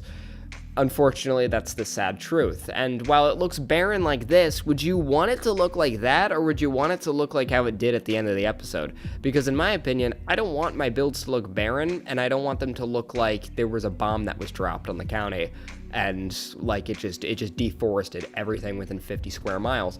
That looks silly, and it doesn't look realistic. What does look realistic is having patches of trees in areas where there isn't an oil field, because that's how it works in real life. If they're not going to build anything there, why would they deforest the area? There's no reason to. It's not like it's the 1700s where we absolutely need wood for everything. We don't really need it as much anymore, I would say, for like buildings and stuff. So there's no motive to deforest anything because you don't need to really use it at all. This parking lot sucked, by the way. I'm not going to lie. It sucked. It was just what the heck was that? I need to redo that off camera. I'm sorry, but that looks stupid. That looks really silly. I'm not going to say that it looks terrible, but I think it can be improved upon, just like a lot of other things. Some things in this county I do purposely do wrong so then I have content for future episodes. That's a little bit of a lore drop there. And also because 90% of the times because I don't know what I'm doing. But some of the time, yeah, sometimes I do sit there and I'm just like, you know what, this would make for some pretty cool content. Because if I purposely screw something up, then I can explain how I fixed it. Because then maybe someday someone will have the same struggle and they'll be like, why does my county suck? And then, boom, my video. And then it's chopped chicken from there, or it's like barbecue chicken from there. That is a sentence that I heard, a phrase that I heard from somebody in my youth and government class. And he was like, it's barbecue chicken from there. And I was like, you know what, I'm going to use that. So props to that guy. I don't know your name, and you're from like 2 towns over, but hey, thanks for stopping by and saying that. Thanks for stopping by and saying that, because now I use it in like every sentence, and in every context. So thanks. But anyways, back to what you're watching, and the reason why I'm even doing a voice recording is because of the fact that I'm supposed to narrate this. This oil field looked really good. I'm not gonna lie. I don't want to toot my own horn and say that it is the best thing that I created, because I don't think it is, but it's definitely not bad. It's really good. I like it. I like the way it looks. I like how it formulates into the forest like this. It looks fantastic. And I was still unhappy with it. I was like absolutely still unhappy with it. And I wanted to go back in and redo parts of it. And one of them was adding in an oil refinery. Now, I'm a little bit wary about this. I want to know what your opinion is. Do oil refineries belong in either a rural sense, or do they belong in an urban sense? Like, would you expect to find an oil refinery like in the heart of a city, or would you expect it to find it in like the rural parts of like a county? I feel like it's rural, would it not be? And would it not be close to oil fields? You can see how I don't know too much about how to make an oil field. This is an episode that I put off for a while, and I could have done it many episodes ago, but I was like, there needs to be like a reason to do it, and I need to have that gas plant up before I do it, because it sounds a little funny if I put the gas plant after the oil plant. Actually, I come to think of it, I don't think it would be that funny, but whatever. But anyways, so yeah, this like whole bus line was really like intricate and annoying to make. I think I'm gonna maybe, here comes the oil refinery. I want you guys to look at it when I'm done with it in this segment of the video, and I want you to tell me if it looks good or if it should be changed. Honestly, tell me, because I'm not too entirely confident that it looks fantastic, but I also don't think it looks bad. So that's where I'm like, you know what? I have people who watch my videos, so go in and comment down below. Do you think it looks nice? And if it doesn't, where should it be placed? I don't know. Take a picture of Sonder County and let me know, and like be like, oh, it should go right here. But anyways, again, it's all future-proofing. All these big buildings are all future-proofing. We're future-proofing for something big, like I mentioned at the beginning of the video. This episode was quite substantially large. We have a new bus line, which is, you know, congratulations. Sonder County hasn't had public transportation for about the first 10 episodes, and then I finally gave it to them on a live stream, so, you know. And then this area, I decided to densify up. I think I'm going to densify up Oxbow, like, a lot, and the only reason is because, like, cities are built to be dynamic. I was originally going to have this whole series be about, like, you know, a static county, and whatever was built, like, that's how it's gonna look forever. But honestly, that doesn't make any sense, because counties and towns change all the time, and as new infrastructure is built, counties and towns are gonna get larger, or they're gonna get smaller, or they're just gonna cease to exist entirely. So it makes sense that, you know, like, I would want to change a couple things and make things denser. And besides, dense buildings kind of look pretty. They look a little pretty, because suburban sprawl shown in video games looks like really ugly. Like, it looks really bad. But I mean, does suburban sprawl really look that good? I don't think so. I live in the suburbs, but I don't live in like a suburban sprawl. Those are tract homes, and they suck. Those are what we should be fighting against, not suburbia. There's nothing wrong with it. There's nothing wrong with somebody having their own house, but there's something wrong about thousands of people living in a weird community where all the houses look the same. Does anybody really find that to be like the pinnacle of human society? Am I going crazy? Because I feel like that's not true. Like, I feel like living there would make me depressed. I don't find joy in it. And what else I don't find joy is this bus line. Look, the buses are broken. The pathfinding's broken. I didn't even realize that until I started watching the bus lines at this segment of the video, because I was like, hang on, wait a minute, what's the deal with this? Why are they turning around on the highway? Because I saw one of them off camera turn around on the highway, and I was like, oh, okay, that's a problem. Yeah, so I think we're gonna have to fix, new episode idea, I think we're gonna have to try and fix the transportation in a future episode, because it sucks. It sucks. Low-key, it sucks. Actually, no, not low-key, high-key, it sucks. And I'm not even gonna pretend that it doesn't. It stops in the middle of the road. Yeah, we need to have some dedicated bus lanes. We need to try and fix this. And a comment was left on one of my videos back then saying that apartment complex I built, when it reaches level 5, it gets those crowns. But like the fancy top, I just renamed the area to Royal Heights because that seems more logical and it sounds fancy. So thanks to that comment for giving me an idea of what to call the apartment complex instead of trying to prevent it. I could have just locked the level, but I don't know. I like things to dynamically change over time. I don't like things to be static. But this oil field, I don't think I'm ever going to change. I think it's pretty much perfect. Maybe I could change up a couple of wonky areas, but, you know, you guys let me know. Let me know down in the comments below. And more importantly, let me know down below if you like these styled of videos, if you like the voiceovers, or if you want me to do something else, if you want me to do something different, just let me know. Again, let me know about everything. Trust me, I take constructive criticism better than 90% of the people my age. So go ahead, let me know, because I'm all up for change. And until next time, everybody, this was Sonder County. I hope you enjoyed this video, and if you did, leave a like, subscribe, and comment down below what you want to see next for Sonder County. Whether it be something small or something big, I will be here waiting for your suggestions. And make sure to join my Discord as well, and follow me on Twitter if you want to. I know that I never usually plug those things in, but, go ahead and check them out. Till next time, everyone, peace out, love you all. Bye-bye.